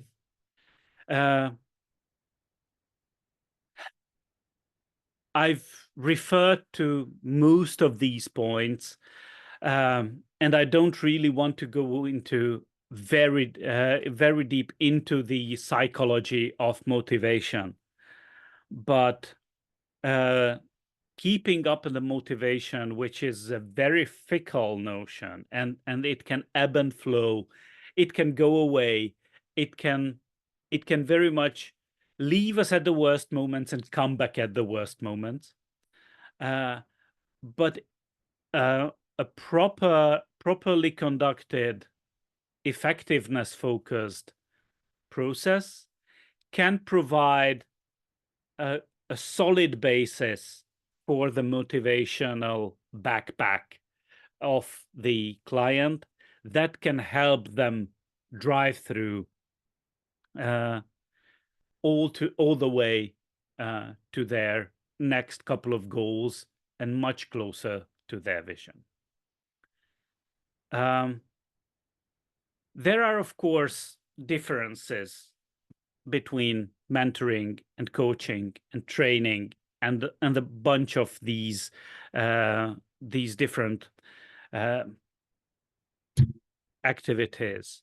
I think at this point we don't have the time to go very deep into them, although I will gladly elaborate on any of those. This is one of my favorite niches. The common thing is, the common notion is, as I mentioned, all of them are human-focused and problem-focused. So they focus on the client and not the program. In an efficiency-based setting, we focus on the program and its implementation. In these settings, in these effectiveness-based settings, we focus on the client and their problem and the solution of that problem. And the solution, definitely not in the way that we solve their problems, but it kind of dissolves and they will be able to step on. The difference is, of course, how much the different techniques focus on the internal processes and resources of the client. Of course, the different coaching paradigms are very strong in this side. Focusing on systems, that is very much for mentoring, providing clear frameworks to work with, and focusing on tools, that's very much while every single approach works with tools, trainings and mentoring works more with tools than coaching in this very narrow meaning. And of course, their focus on behavior and behavioral change varies as well. In some cases, it very much it can be very much of a longer line, of a longer segment, which moves from action focus than, on the other hand, of figuring out the next step and moving through that particular next step. So there are continuous dimensions here which need to be made explicit and which need to be taken into consideration whenever we are trying to work with our clients. Maybe they are not, maybe they don't need mentoring. Maybe what they really need is a solid life coach, even, not even a business coach, because the root of their problem, their need, is not what they think their demand is. And my final point is that this only works if the set is dressed up. In order to make any kind of effectiveness-heavy program work, there are a number of other points to consider, without which the results may be tangible on the unit, on the client, on the single client side, but at the program level, we miss out on a lot of possible very benefits and good results. Of course, caring, empathy, I've already mentioned that. It has been said in the previous presentation that familiarizing with the situations of the clients, getting to know them, getting to know their personalities, and matching the experts to those personalities is very important. Working through different, not completely meshing tutor client or expert client pairs, that needs to be made into an open and openable decision. One of our best decisions in our first program like this was when we decided that if someone is, despite all our efforts, is unable to work with their mentor, they are free to swap. And that worked out really well. Building trust, both as a program and as an expert. Personal connections work on trust. Therefore, this is, once again, this is something that is always said, but it always needs to be said, because otherwise the material constraints of any program can lead to making us leave out this very, very important phase, and this may be one block that causes our Jenga tower of business development to crash. Accountability, build in tools for accountability and options for accountability into your program. Let the clients reflect on what they want to do. Let them internalize their needs and their progress, and let them have positive and negative motivation as well to keep doing, to keep going. This, on the one hand, helps with more clients finishing the process, keeping up their motivation and hype, and all of them participating more intensively and contributing more intensively to the program. Group Valve.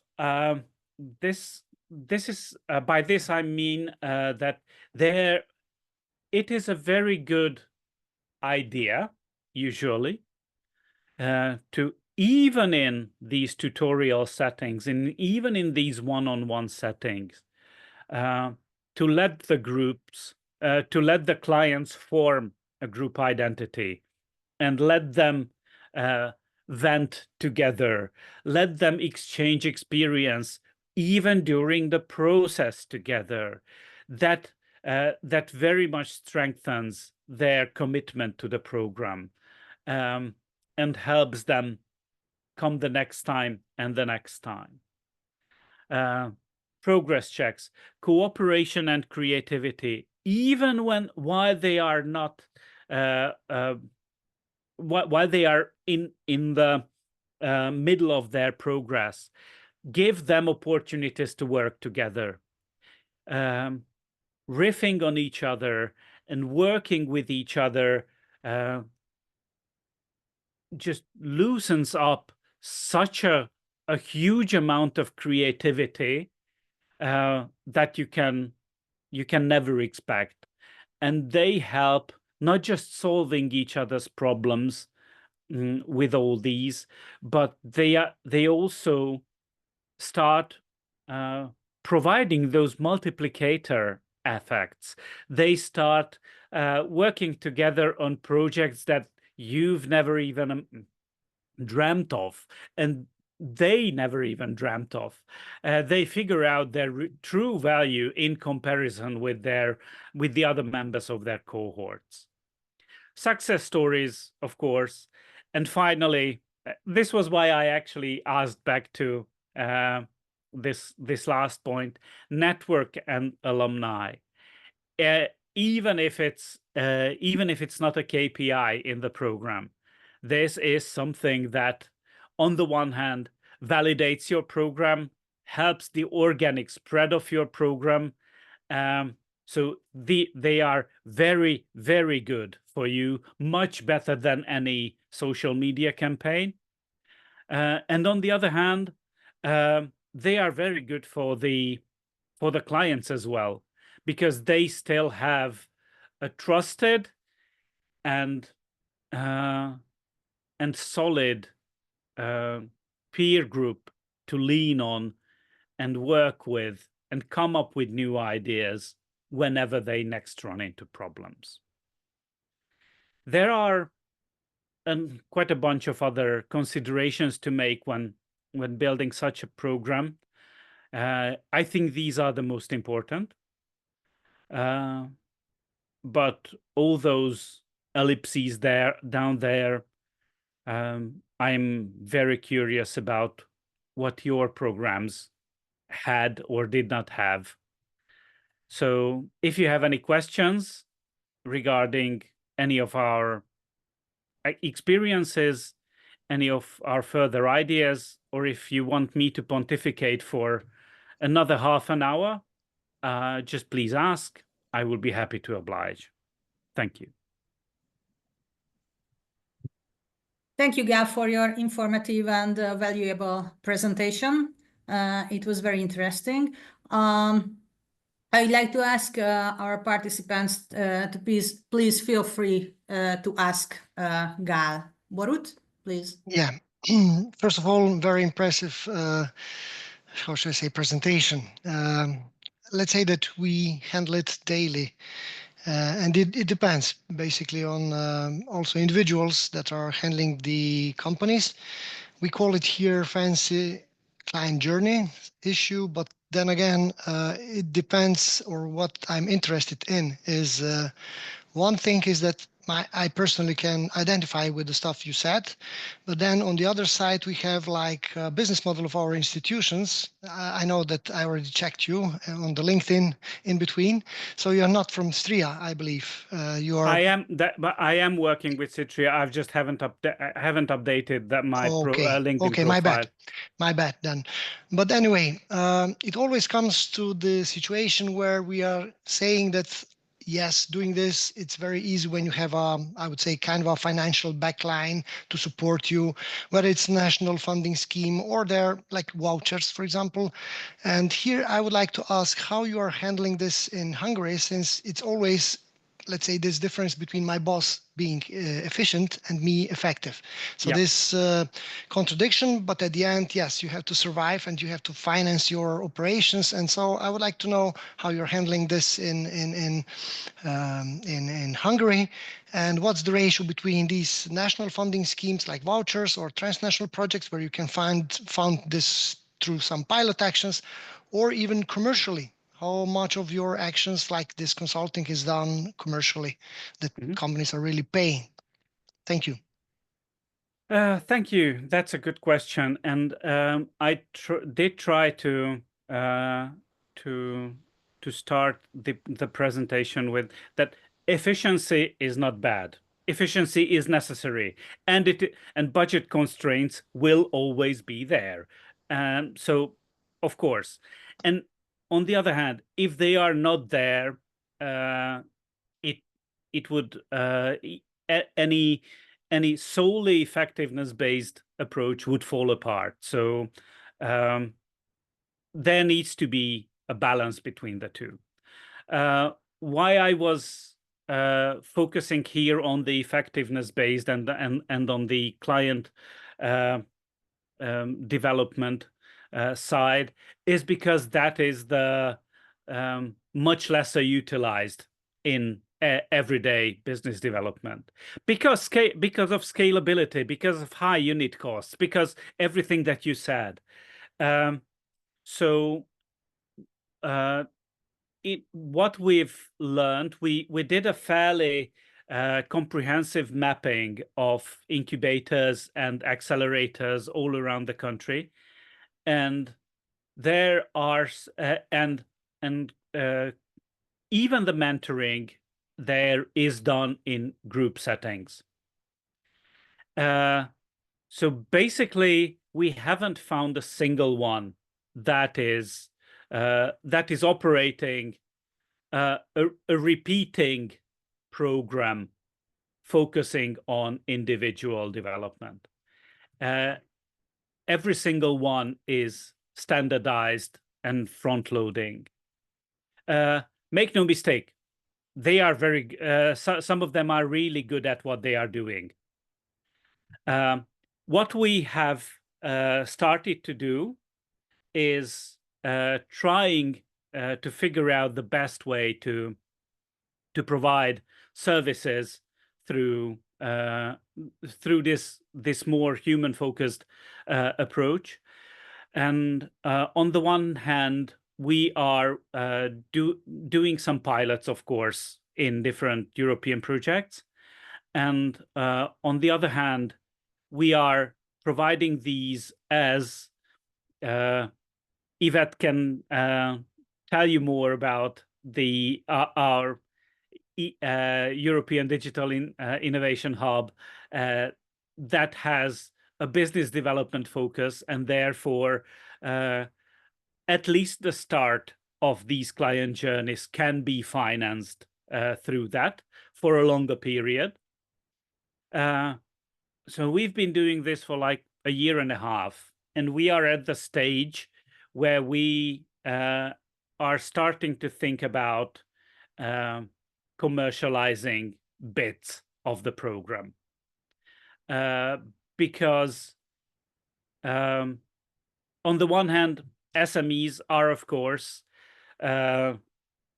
usually very short on cash, but it is also a very well-known factor that once you put down money for something, you feel much more ownership and much more responsibility for that thing.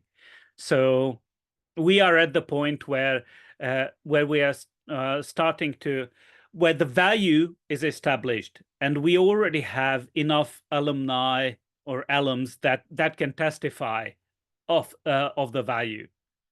So our next pilots will be about working out these kind of co-financing schemes, or financing forward in some settings, or finding other sponsors, not just these European funds, etc., that we are able to work with.